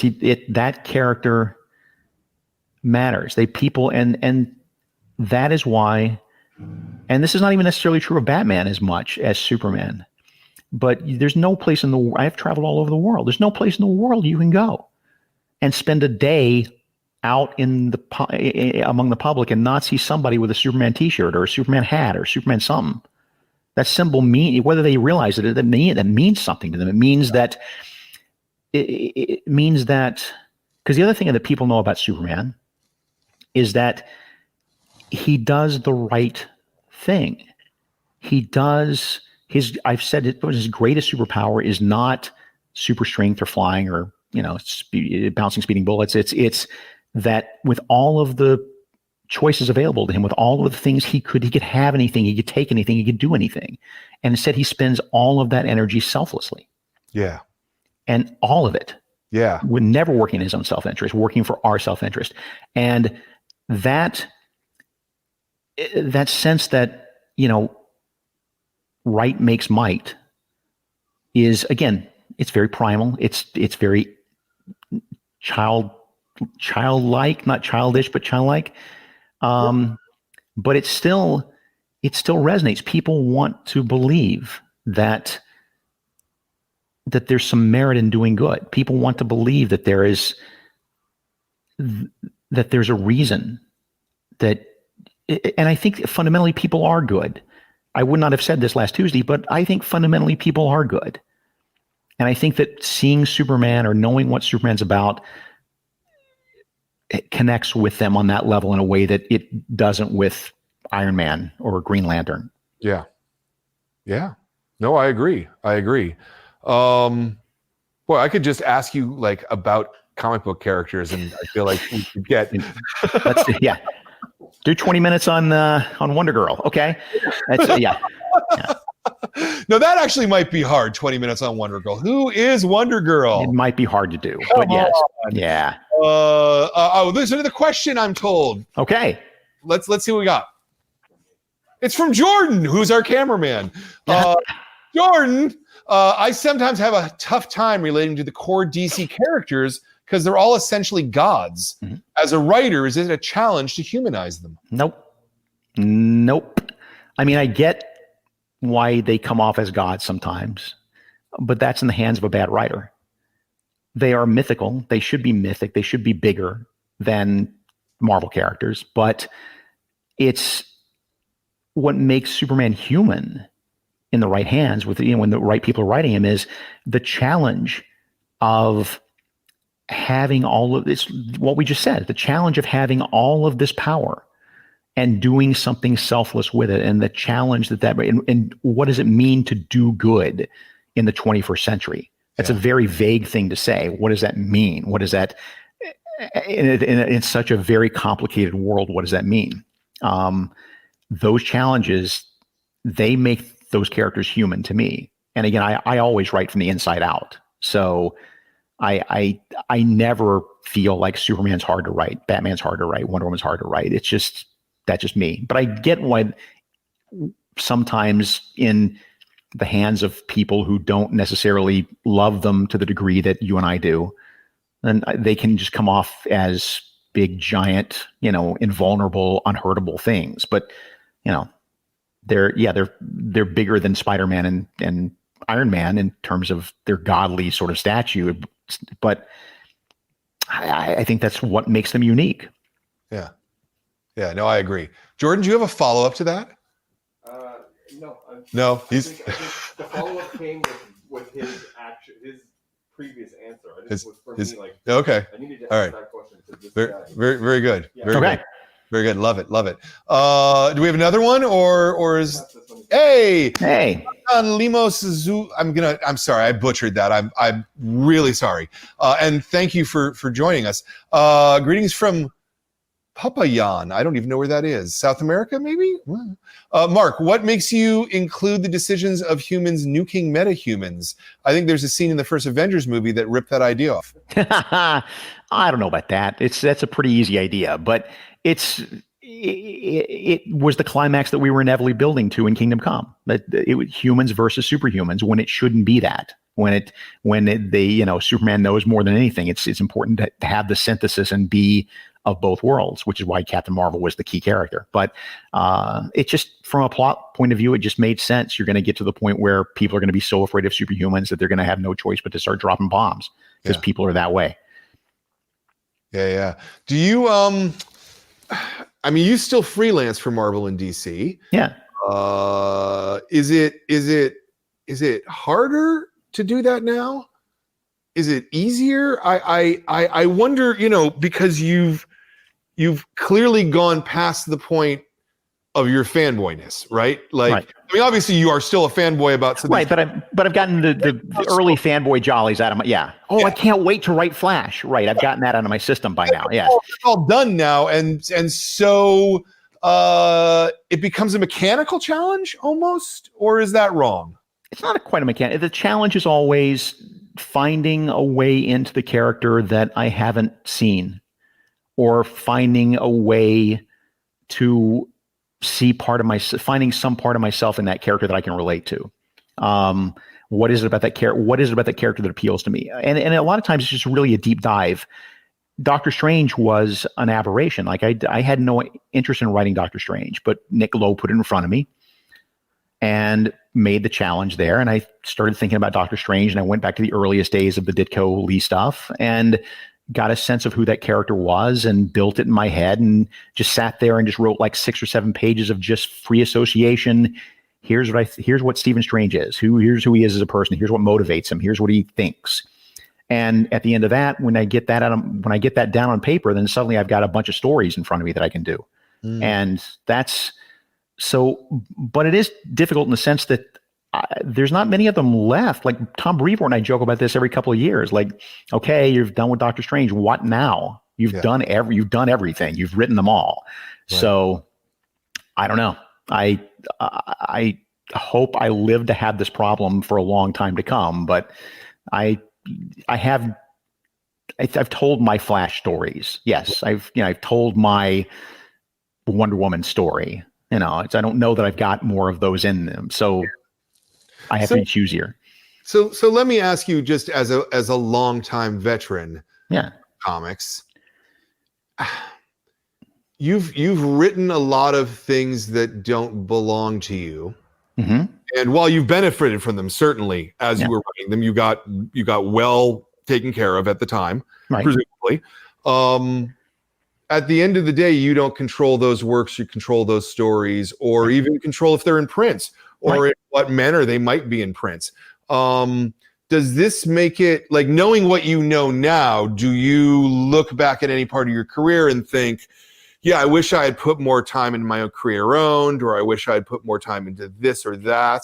Yeah, I wish I would have. I don't, not to the point where I wake up regretting it every day, because we get back to why I got into comics to begin with, because I love the characters. Yeah. Because I love those characters, and I want to be able to give back to them in a way that they gave to me when I was, 8 years old, right? Being able to be able to give to part of that mythos and help preserve that mythos. And so if there were no superheroes, I wouldn't be writing comics. It is much more difficult for me to do creator-owned stuff because, and I've done some, not a huge amount, but my share, but it's harder because you got to world build, and I don't like world building. I don't enjoy world building. I like the fact that you hand me a bat cave and a Batmobile, and I got toys to play with, the coming up with Empire, or coming up with Potter's Field, or coming up with the Irredeemable, or whatever. This is stuff that I have to world build, and that is a much different animal, and is not as easy for me as writing the stuff that I loved. The characters that I love. Yeah, interesting. So I'm willing. So I give myself that leeway. I also, and this is true. Yes, I don't see a nickel off of, a lot of things that I've done for DC and Marvel, because that's the deal. I mean, that deal going in, exactly. Deal going in. But I will tell you that I don't get a nickel off of the Speed Force, for instance, whenever they use the Speed Force in movies or TV or whatever. But I'm not regretful over that, because that's the deal. And more importantly, if you handed me a check for $10,000 for that, it would not compare to me. For the moment I'm watching Flash on TV and they use the word Speed Force for the first time on my television, I lit up like Broadway, and that feeling, I will forget where I spent the $10,000. Right. But that feeling will be with me forever. Sitting in Superman in the Man of Steel movie, and as many problems as I had with it, having him say the S stands for hope. I mean, that's awesome. I was able to give something back, and there's no financial consideration for that, but I'm okay with that, because that feeling, that is more, that means something, Yeah. No, and I get that, and I feel that, and I love that, but I also wonder, you're not being taken advantage of, because you knew what the deal was. Right. But shit, you should get a $10,000 check. I mean, you just should, because you added this thing that wouldn't exist, and they're making a pile of money off of it, and you're not making any money off of it anymore. When you talk to young creators, right? Like, what would you suggest to a young writer coming up now? Should they be working at Marvel and DC? Should they be giving them their ideas and adding to that mythos that we all love? Or should they save their best stuff? Sort of like the Image guys said, 25 years ago, and actually kind of got extra credit, for it. That why would we give them our best ideas? Why should we not do them ourselves? I get that, but here's the thing. I mean, it's you can, yes, that's true, but all of those guys also learned how to do what they were doing by doing Marvel and DC comics. Absolutely. Yeah. So I think that even if you just use them as training wheels, even if, as a young creator, if you get some DC or Marvel work, go with it, because yes, you're not doing your own thing, and yes, you're not necessarily reaping the same benefits as you would if you were doing your own creator-owned comic. But you know what you are getting? You're getting editorial guidance. You're getting an understanding of what it's like to collaborate. You're getting, you know, if you're working with a good editor, you're getting, you know, knowledge of how a story works. You're being taught in a way that if I'm just going over to Image and doing my own comic and I'm over my own corner, it's all mine, but I'm not really learning anything, right? You know? Right. So, right.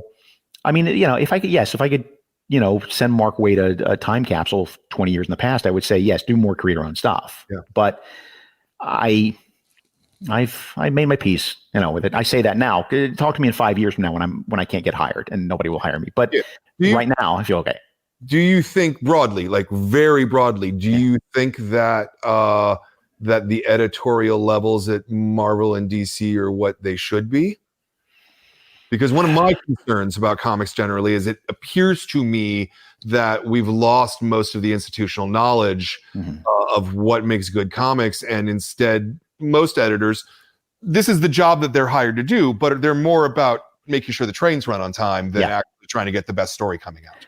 And it's not just that they're about making the trains run on time, it's that they were taught by people who were taught only to make the trains run on time, and they were taught by people who were taught only to make the trains run on time.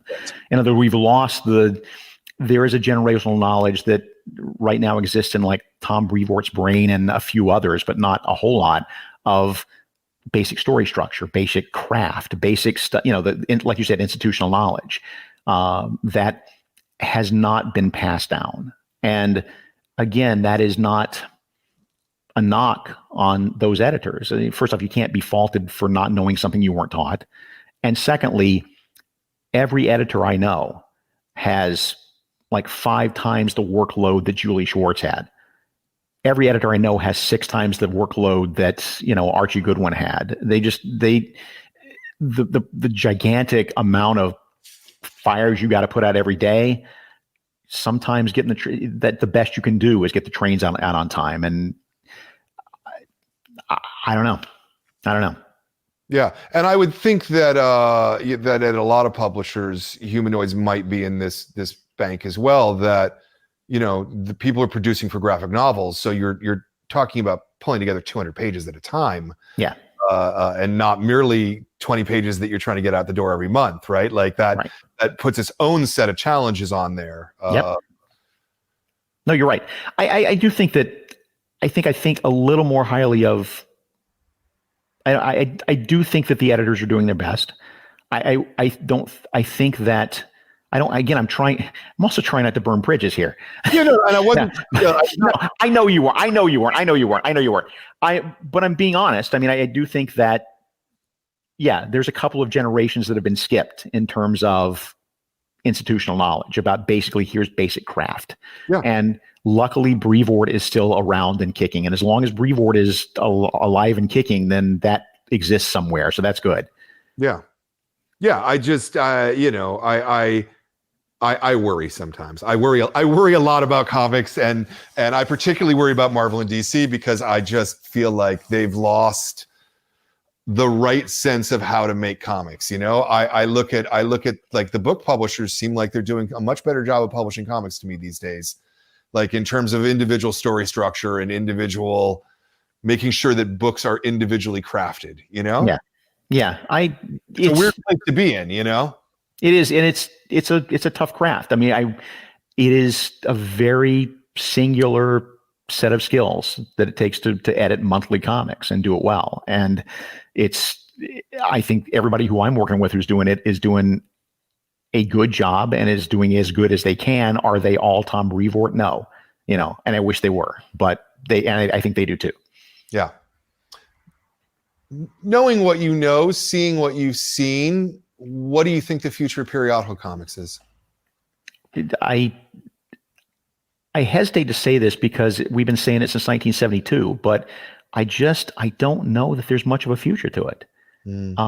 Especially, I mean, look at what we've been through for the last 8 months.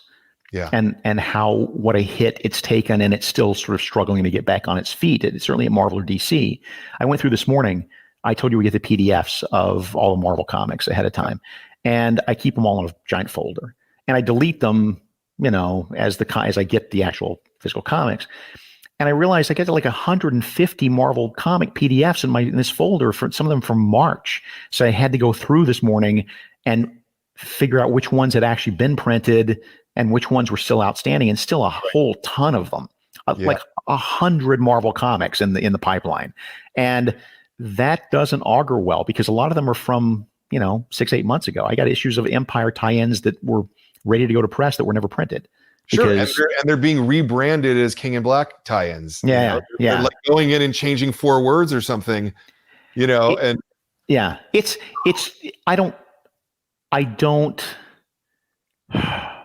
I don't think it's going to sink anytime. I don't think it's going to go away and sink, but I don't think there's a giant future in it. I'm not betting on it at Humanoids. I mean, as the publisher of Humanoids, I like doing maybe one periodical just to sort of make sure we keep our hand in that business and, stay in the Diamond catalog and just keep a sense of market awareness. But I have no interest in doing a line of periodical comics out of Humanoids.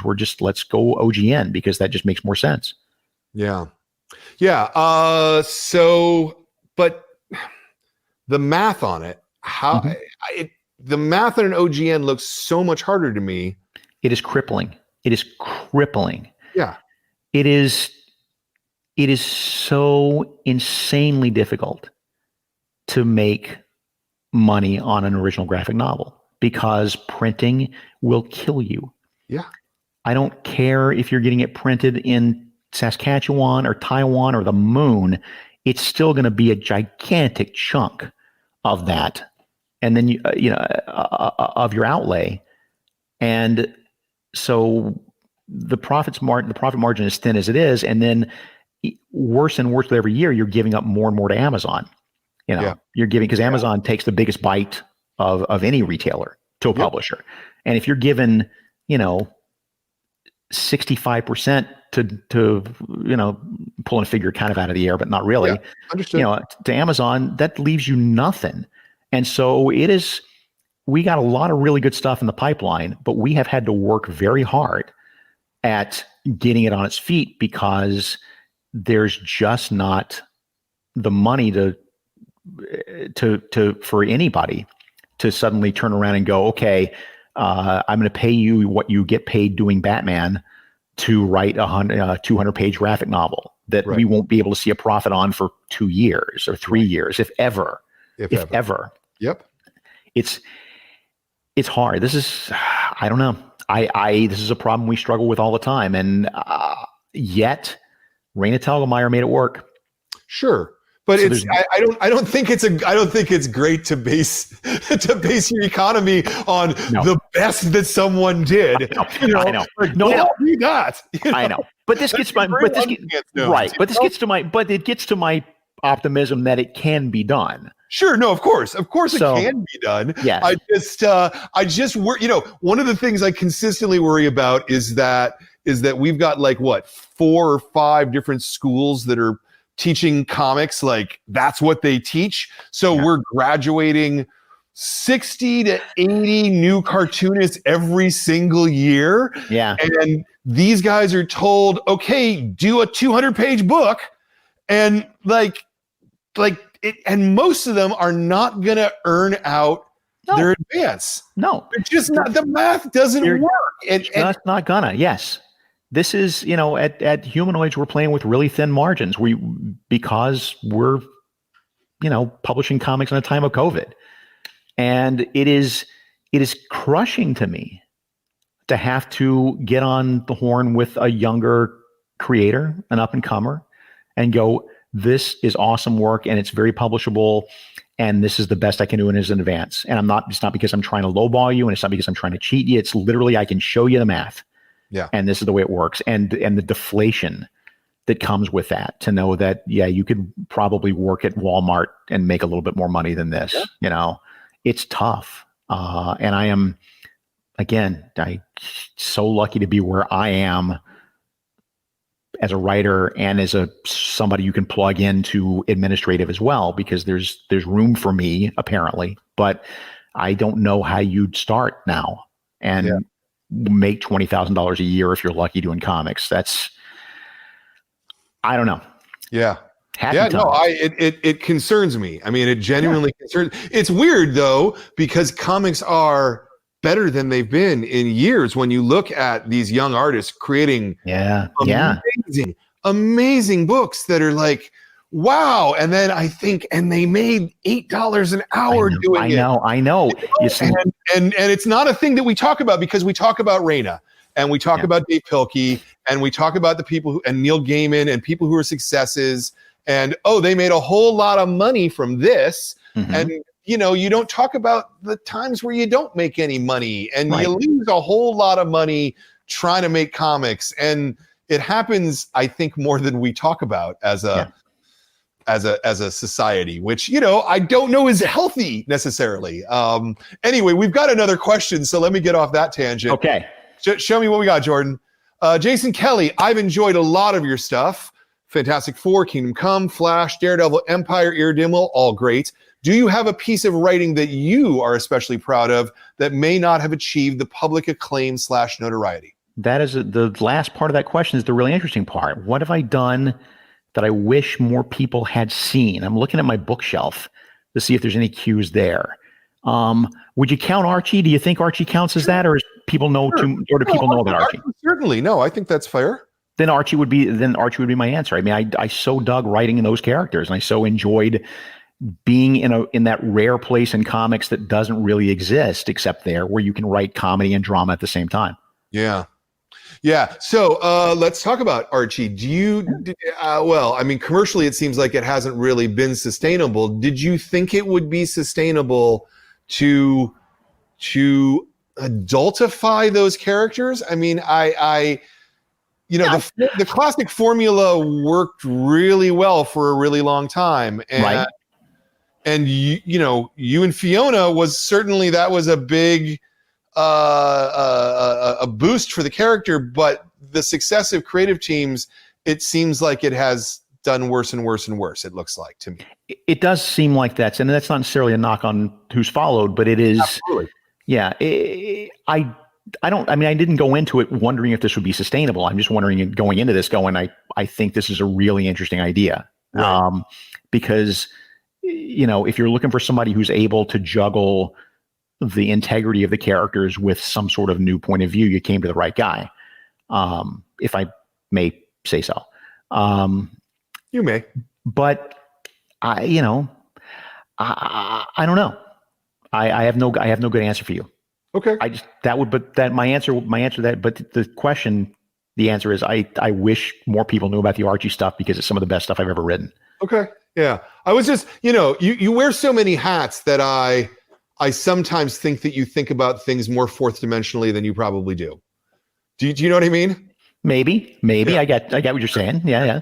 Well, that might be a bad assumption, and that's that's part of my goal, dude. I mean, seriously, that's the reason I wanted to own a comic store, is because it's the only thing I hadn't done yet. Right. I've done everything but put the staples in the comics. I've done everything. So in my head, somewhere in here is the grand unified field theory of comics, and I just haven't had the 6 months to just go and sit in the corner and figure it all out. But it's all in here somewhere. Yeah. So was owning the comic book store the dumbest idea you've ever had in your life? It was the most expensive idea I've ever had in my entire life. You could just set fire to your money and just cut straight to the chase. Sure. I knew it was not a profit center. I was prepared for how much of a hit it would take. I just wanted it to sort of sustain. But there were issues. I mean, there were issues. We were in the guy we were in business with for the first year embezzled. So really didn't help, puts us off in a bad place. That's a whole nother story for another time, but oh my God, we were, that was dark. And I don't think we ever really recovered from that. But also, you're in a small college town, Muncie, Indiana. Yeah. Where there's already one comic store. Yeah. It really was, the guy had a comic store. We liked the guy. We liked the comic book store. He was going to go out of business. I didn't want him to go out of business because I liked the store and I didn't like the other store. So I want this store to exist. Yeah. And maybe I can learn something. Maybe I can learn the part that I haven't learned before. It was the thing that was my biggest takeaway is, as a creator, it was a reminder that I am competing every week with my work. I'm competing with so much more than I am thinking about. You're competing with the whole history of comics at this point. At this point, yes, you're because of Comixology, you're competing with everything Neil Gaiman has ever written. Yeah. You're competing with everything Jim Lee has ever drawn. You're competing with everything, and that came into very sharp focus when I was getting pallets of really crappy Marvel comics, to put on the shelves and go. But there's just so much noise. The signal to noise ratio is so ginormous that it's a miracle sometimes that any of this stuff makes any registers at all. Right. And then you begin to understand why the retailers order defensively to sell out. Like when you're on the other side of it, you think, oh, those retailers, they're holding us back. They're fucking it up. But no, they're making sure they don't go out of business, you know? Now, I think that a lot of my peers really have put way too much effort in the superhero part of their businesses and not enough on the other parts, and they've kind of made their own beds, sort of, but it's really complicated. And I think that, to answer the question that I posed to you earlier, I'm very worried about the future of periodical comics because periodical comics are so inextricably tied to Marvel and DC comics. Mm-hmm. And Marvel and DC are in really dangerous places right now. I think that I have heard, certainly, and you never know if you can trust them, but I think they're telling me the truth that, Ross has told me that Boom is up after COVID. Stevenson is telling me that Image is up during COVID.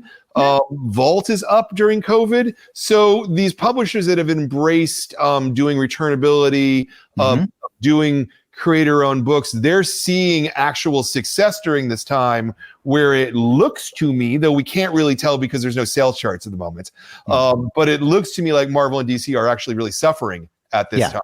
It would certainly seem to. Yeah, we don't, like you said, we don't know because we don't know the inner workings, but we would make an educated guess that they are suffering. Again, if you just look at the number of books they've put money into that they're not publishing, that's a huge hit. Yeah, I look at so I'm with you. I understand why these. I do think that returnability is huge. I do think that helps you as the retailer take the leap of faith you need. Yeah, we need you to make. Yeah. And certainly we're pushing for all of that with humanoids as well to go. I've been pushing for returnable for a long time, but like I said, about when we started this conversation about 6 hours ago, when I said it's harder to get from Diamond than you think.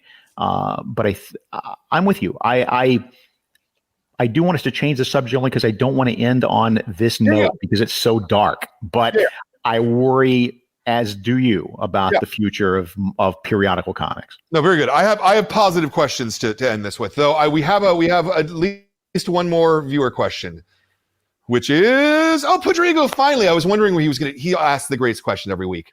Are there important differences between modern superheroes and ancient myth in terms of the roles that they play in our lives? That's a really thoughtful question.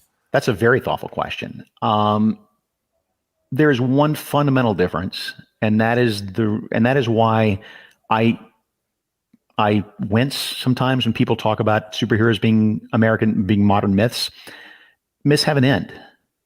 Mythic stories have a beginning, a middle, and an end. Robin Hood shoots the arrow into the air. The King Arthur loses the sword. It's all, and superheroes by nature, the way we've set them up, don't have that beginning, a middle, and end. They're always in the middle. So I think that the satisfaction you get out of a story that has a beginning, a middle, and an end, and the meaning that the meaning that a story with an end has is going to be different than the meaning of a story that really has no end, if you will.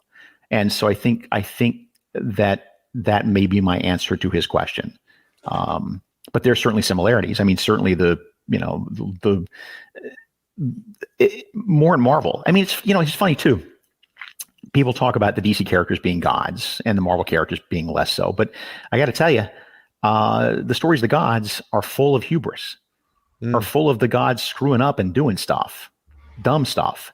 And DC characters aren't built that way, but Marvel characters, almost every meaningful Marvel character was born out of a combination of arrogance and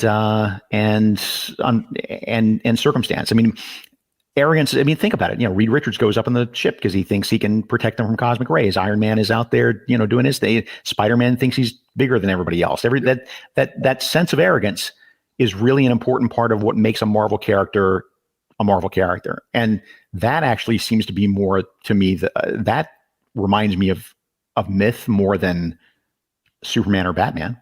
That makes a lot of sense to me. Yeah. Thank you. Yeah. I like that. We have another one, Jordan, because the sign's still up. Oh, you take the sign down then. Jeez. I'm like trying to follow my cues. God. Oh, there is one. Okay. Here we go. Stefan Blitz or Stefan Blitz. Stefan. Love Stefan. What writers have had the biggest influence on your work and point of view?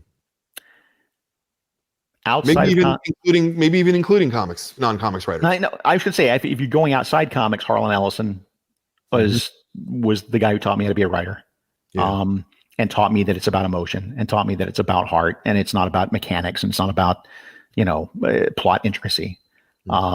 And then within comics, the ones who were the greatest influences to me were the second generation Marvel writers, not Roy and Stan, but Steve Gerber, Steve Englehart, Jim Starlin. The first generation of Marvel writers who came along and did not try to write like Stan and had their own voice. And there was a quirkiness to that, and there was an experimental nature to that way of telling stories, that they were just, you know, 22-year-old kids just trying whatever they could try. And because it was just cheap comics, nobody really cared. Nobody was looking over their shoulders, and they were just doing Howard the Duck and whatever. And getting away with murder and trying stuff. And sometimes it worked, sometimes it didn't work. But boy, those guys inform me every time I sit down at the keyboard. Yeah. Do you think that we can have generation work like that, you know, or, yeah, I don't know, like the studio guys or like these movements that happen in comics that just feel like they can't ever happen again because of the way we balkanized things, or maybe I'm too depressed on that. I don't know. You may be too depressed on that. I think that, and again, I could be wrong, but I was thinking about this earlier today because I was reading a bunch of DCs, a bunch of new DCs that came out today. And there are a lot of young writers, very young writers, doing some interesting stuff there. It's not amazing. And I didn't read anything today that was going to win an Eisner Award. Right. But there were, and I wish I could remember names, but if I start doing that, I'll go down that rabbit hole. I can't do that. But let's just, it's names that I'm not familiar with that I know are younger creators, younger writers who are not white males. Sure. I think that's your answer. I think that's your next quantum leap forward. Your next Denny O'Neil is not going to be a college white kid. Your next Denny O'Neil is going to be, you know, A.V. Ewing, or you know, Teenie Howard or something like it. It's going to be somebody who doesn't look like you and me. Yeah. And of all the things that have changed in comics in my entire tenure, the thing that has been the most gratifying and the thing that has changed the most, I mean, is the fact that comics are done by a lot greater, you know, a diverse number of creators. There is so much more room to go. I mean, we got so much more room to go, but that, you know, those voices weren't being heard 10, 20 years ago, even 10 years ago. Yeah. So I think I think one of the fantastic things about comics is that really all you need is a pen and a paper and some time, you know, and it's not, you know, you don't need to max out your credit card. No, comics, you know, especially, and again, let's get back to digital for a second. I mean, the beauty of digital, the beauty of the internet is it's democratized comics. Right. Do you want to be in comics? Great. You're in comics. Go put the sweat equity in. And so what I tell people when they talk about how do I break into comics? How you break into comics?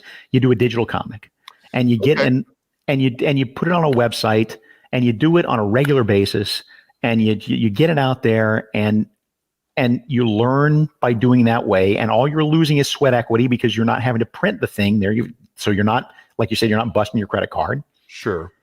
And the advantage of doing your webcomic as, a way of breaking in is that if you're doing it and you're putting your work up on a regular basis, like whether that's once a day or once a week or whatever, but if you're doing it for, big run of time, you got a leg up on everybody else, because an editor will look at that and go, not only do I like the work, but I can see this person has a work ethic. Yeah. And that is, I'm not going to hire the person and they're going to completely flake out on me. So that's where we're looking. That's where we're looking for talent now. We're looking at printed stuff, but we're also looking online. So, so isn't this kind of effectively saying, hey, kid, go work for free for a while? And maybe if you're lucky, we'll give you a hand up. And I'm not, that's not an indictment of anything that you're doing. This doesn't seem like what we want. But that's how fiction works, right? That's how short stories work. Right. That's how you just write until you sell something. Because comics were different for a really long time. Yeah, but if you're doing your own comic, right? Yeah. Then it's no different than me doing my own short story. Right. That's all. So I get what you're saying, and I'm protective of younger creators and not wanting them to be taken advantage of. But again, there's nothing wrong with you going out there and just continuing to do your audition piece until you get hired. Yeah. Yeah. I guess I just worry about the notion of sort of instilling a work for free ethic in people when they're at the cusp of their career, and it maybe not being clear what the payoff could be, other than making comics, which, sure is a legitimate thing in and of itself. But, speaking as a guy in a store full of books, and this is what I want to be doing for the rest of my life, I need people to be able to make money off comics. Sure. Right. And it's not just me making money off comics, right? Or the publishers, especially. Right. You need the creative people so they can keep doing it. Yes. All make money, because if they don't, then I knock over all the books. But you're not working for free if you're doing your own comics that you own and putting them online. Yeah. That to me is not the same as working for free, as having, who's that idiot who has Youngblood now, that Andrew Rev, that guy, getting people trying to con people into working for free because they're going to make you a big star. Well, no, that's bullshit. That's I will physically fight you over that. But yeah. Okay. No, I accept that as an answer, and I agree with it really too. I just, I get frustrated for the kids sometimes. I really do. I'm like, I want them to be able to make money off this. You've got to be able to make money off your art. That's that's the goal. Yep. I always believed in the Dave Sim model of owning what you do and just doing it and then making money off it for the rest of your fucking life. Now that didn't work out too well in the end for Dave, but but for a while it worked out really well. Really well, man. Yeah. So well, so what would be your advice to an upcoming creator, someone, other than just make comics and put them online? So if someone's a writer, right? If someone's a writer who wants to write comics, you need an artist to do that. Right. So in that case, there's websites, there's places online to find artists, or, it used to be you could go up and down the artist alley at conventions. That's off the table for now, but, finding an artist that way. And I wish I had better advice about that. And you reminded me that I really need to go find specifically sites that I can recommend that I will put up, because I know they exist. And I always forget what they are when you put this in front of me. So that's one piece of advice. But the other piece of advice is just write stuff you care about. Write stuff that you care. Don't write what you think people want to read. Write what you want to write. Write what you are passionate about, because people can tell when you're writing for an audience rather than writing for, to express something in yourself. It just shows. I can figure out how to tell this story without naming names.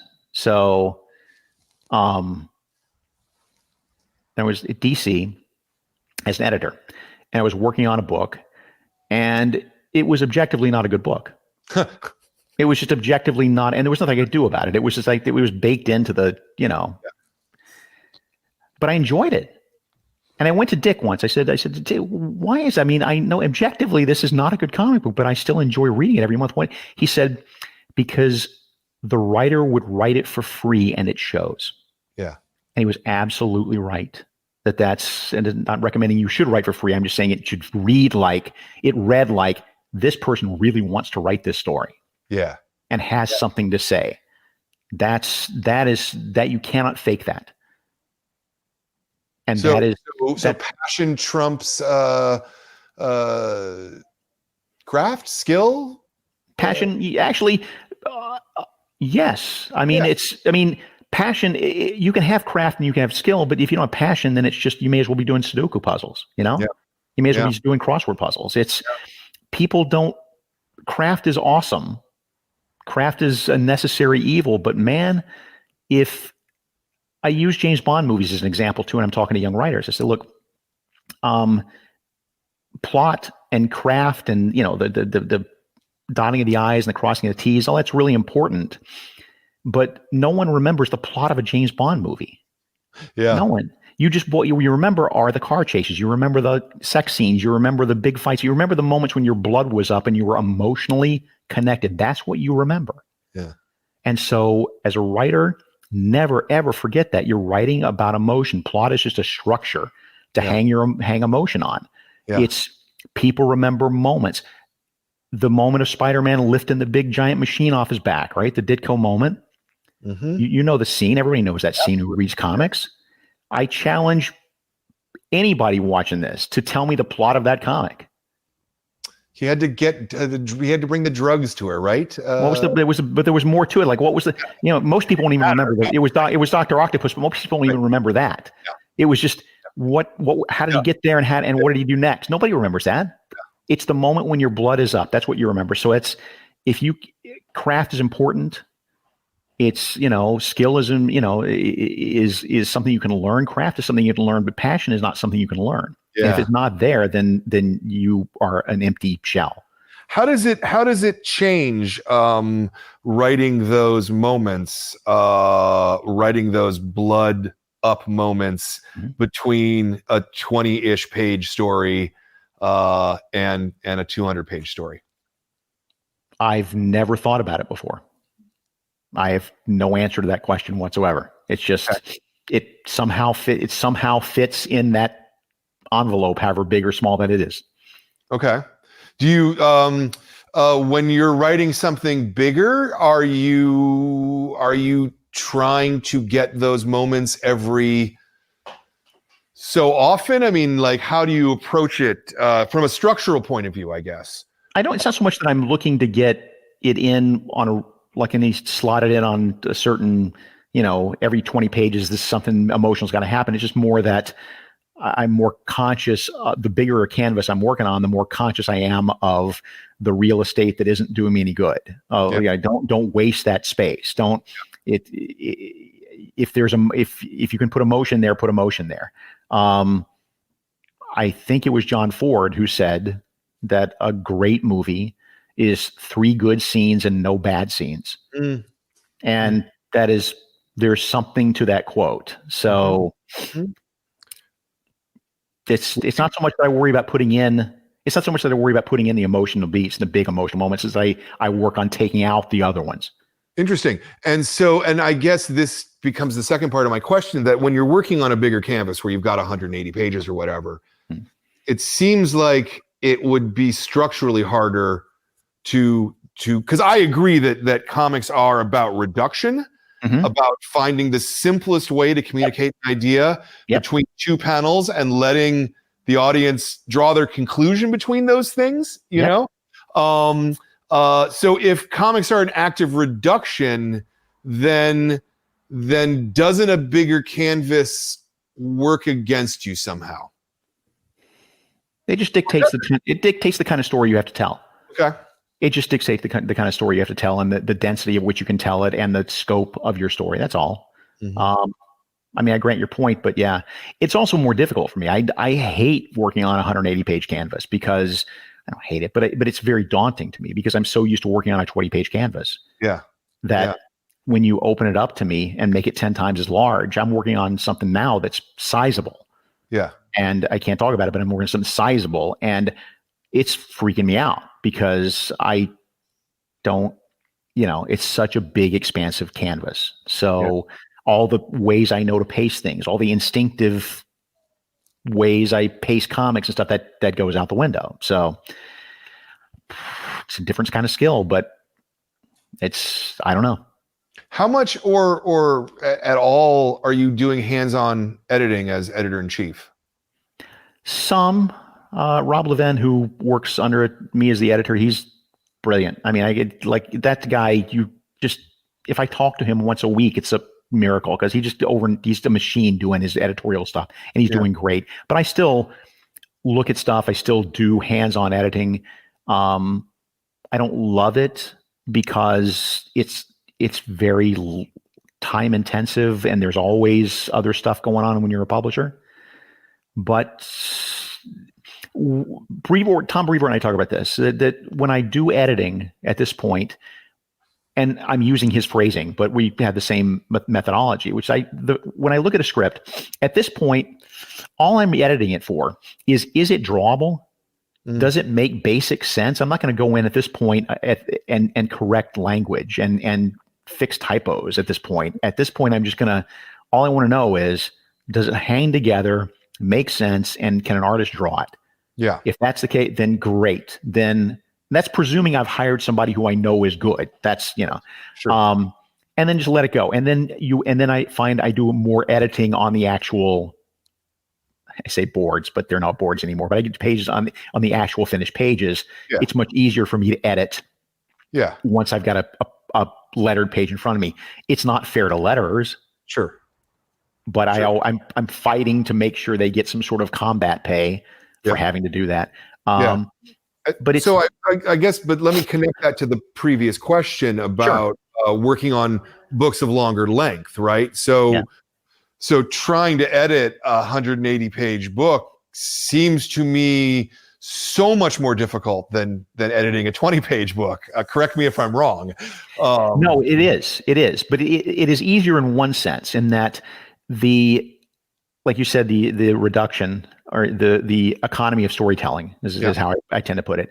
It's more crucial in a periodical than it is in a 180. And if you got 180 pages to play with in a bigger canvas, you have a little more wiggle room. So it's, you're not as the craft of that conciseness is not super important. I mean, on a bigger canvas, you've got a little more elbow room. So I don't, it's not, I don't know. I feel like, we've been talking for 2.5 hours. My head's fried at this point, but it is. Are all of your interviews 2.5 hours? See, the thing about comics, right, is there isn't an answer. There is no one answer to how you do comics or how it works, or I've interviewed.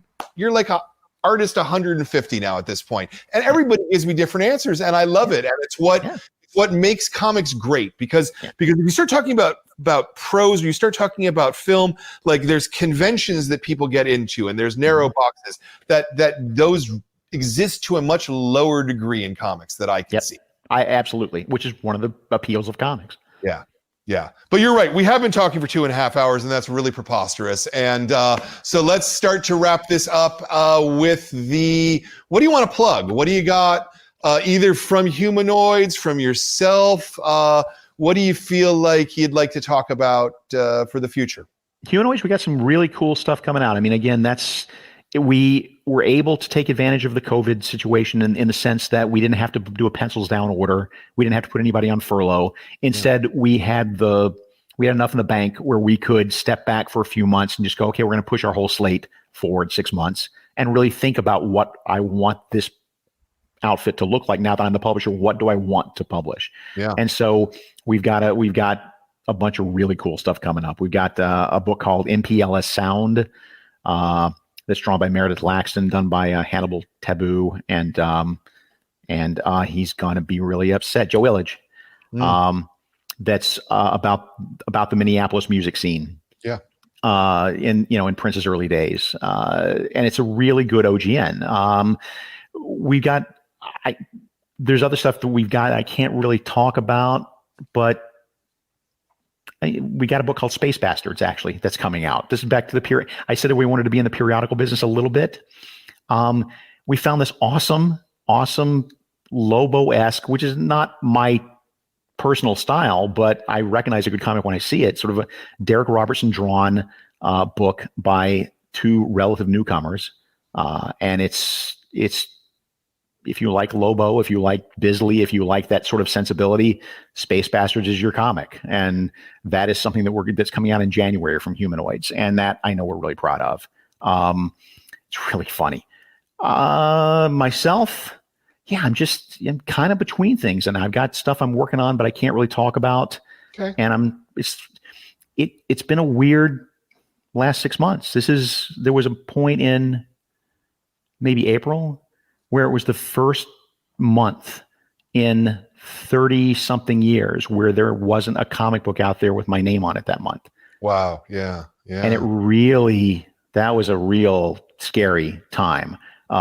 So there's still, little stuff I'm finishing up. The last issue of the Neil Adams Fantastic Four book is due to drop any time. I did one of those Marvel Snapshots books with Kurt Busiek and those that he's doing, the Marvel spinoff books. But other than that, I'm just trying to figure out what the next act looks like for me as a writer, doing more creator-owned stuff, doing more stuff through Humanoids, doing more OGN stuff that I can't do anywhere else. Yeah. When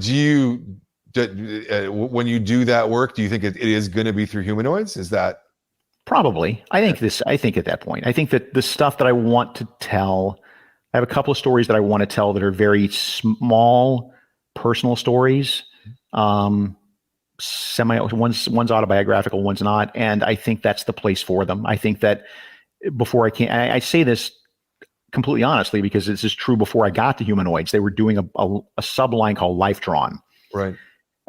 Which is books like Louisa Now and Then, which I think, did you read Louisa Now and Then? I did. Yeah, it was quite good. Yeah. It's the best thing I read that entire year. Yeah. And that was before I got to Humanoids. I mean, I'm not pimping it because I'm the publisher. That was a good book. Yeah. And so that's a good company to be in. The Life Drawn is the more personal, smaller stories, some biographical, autobiographical sometimes, but that's the line. And that's something I want to play around with because that's a form I have not used yet. So let's stretch another muscle. Yeah. Yes. The Humanoids sort of traditionally was publishing basically nothing but European comics. Right. You're doing original work now there. Mm-hmm. What is it going to be the majority of the line? Is it 50-50? Like what's that going to look like over the next year? It'll be the majority of the line. We'll always still do the occasional European project over here. But you just gotta, you have to pick them right because the Rosetta Stone of the work that is equally popular in Europe and here is a very rare bird, whatever that thing is. And it's not happening very often. So it's Mobius pretty much it's exactly, it's Mobius. That's it. Is it, Inkall specifically. It's Inkall. And other than that, what is it? It ain't Asterix and Obelix, it ain't 1010 and it ought to be, but it ain't. I actually got to say just, like since I'm talking to you, I think it was a crazy bad mistake that you guys made putting Inkall in paperback. Really? It's sold fantastically as a $50 hardcover, and it's not going to sell any better as a $24 soft cover, unfortunately. I don't know. Actually, I quibble with that. Looking at the sales figures, I actually think that we got some out of that I didn't think we were going to get. Okay. I just think that 2 years from now, it's going to look like, we left money on the table by downgrading the format. For what that's worth, it's fair. And again, I like that we're having this conversation in front of all these other people because it's a very good illustration of the kind of shit I got to worry about every day.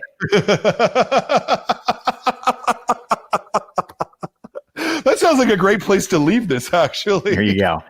Well, it's been a joy. It's been a lot. It's no surprise to anybody who knows me that I could talk for 2.5 hours without stopping, but it's been fun. And I feel like you and I could keep talking for another 2.5 hours and we wouldn't even blink. No. Well, we'll do this again at some point. You'll find, you'll cycle me back into your novel project, a year and a half from now, 2 years from now. That's going to be true because you've written a lot of things. Yeah. I really want to thank you for your time, Mark. I want to thank.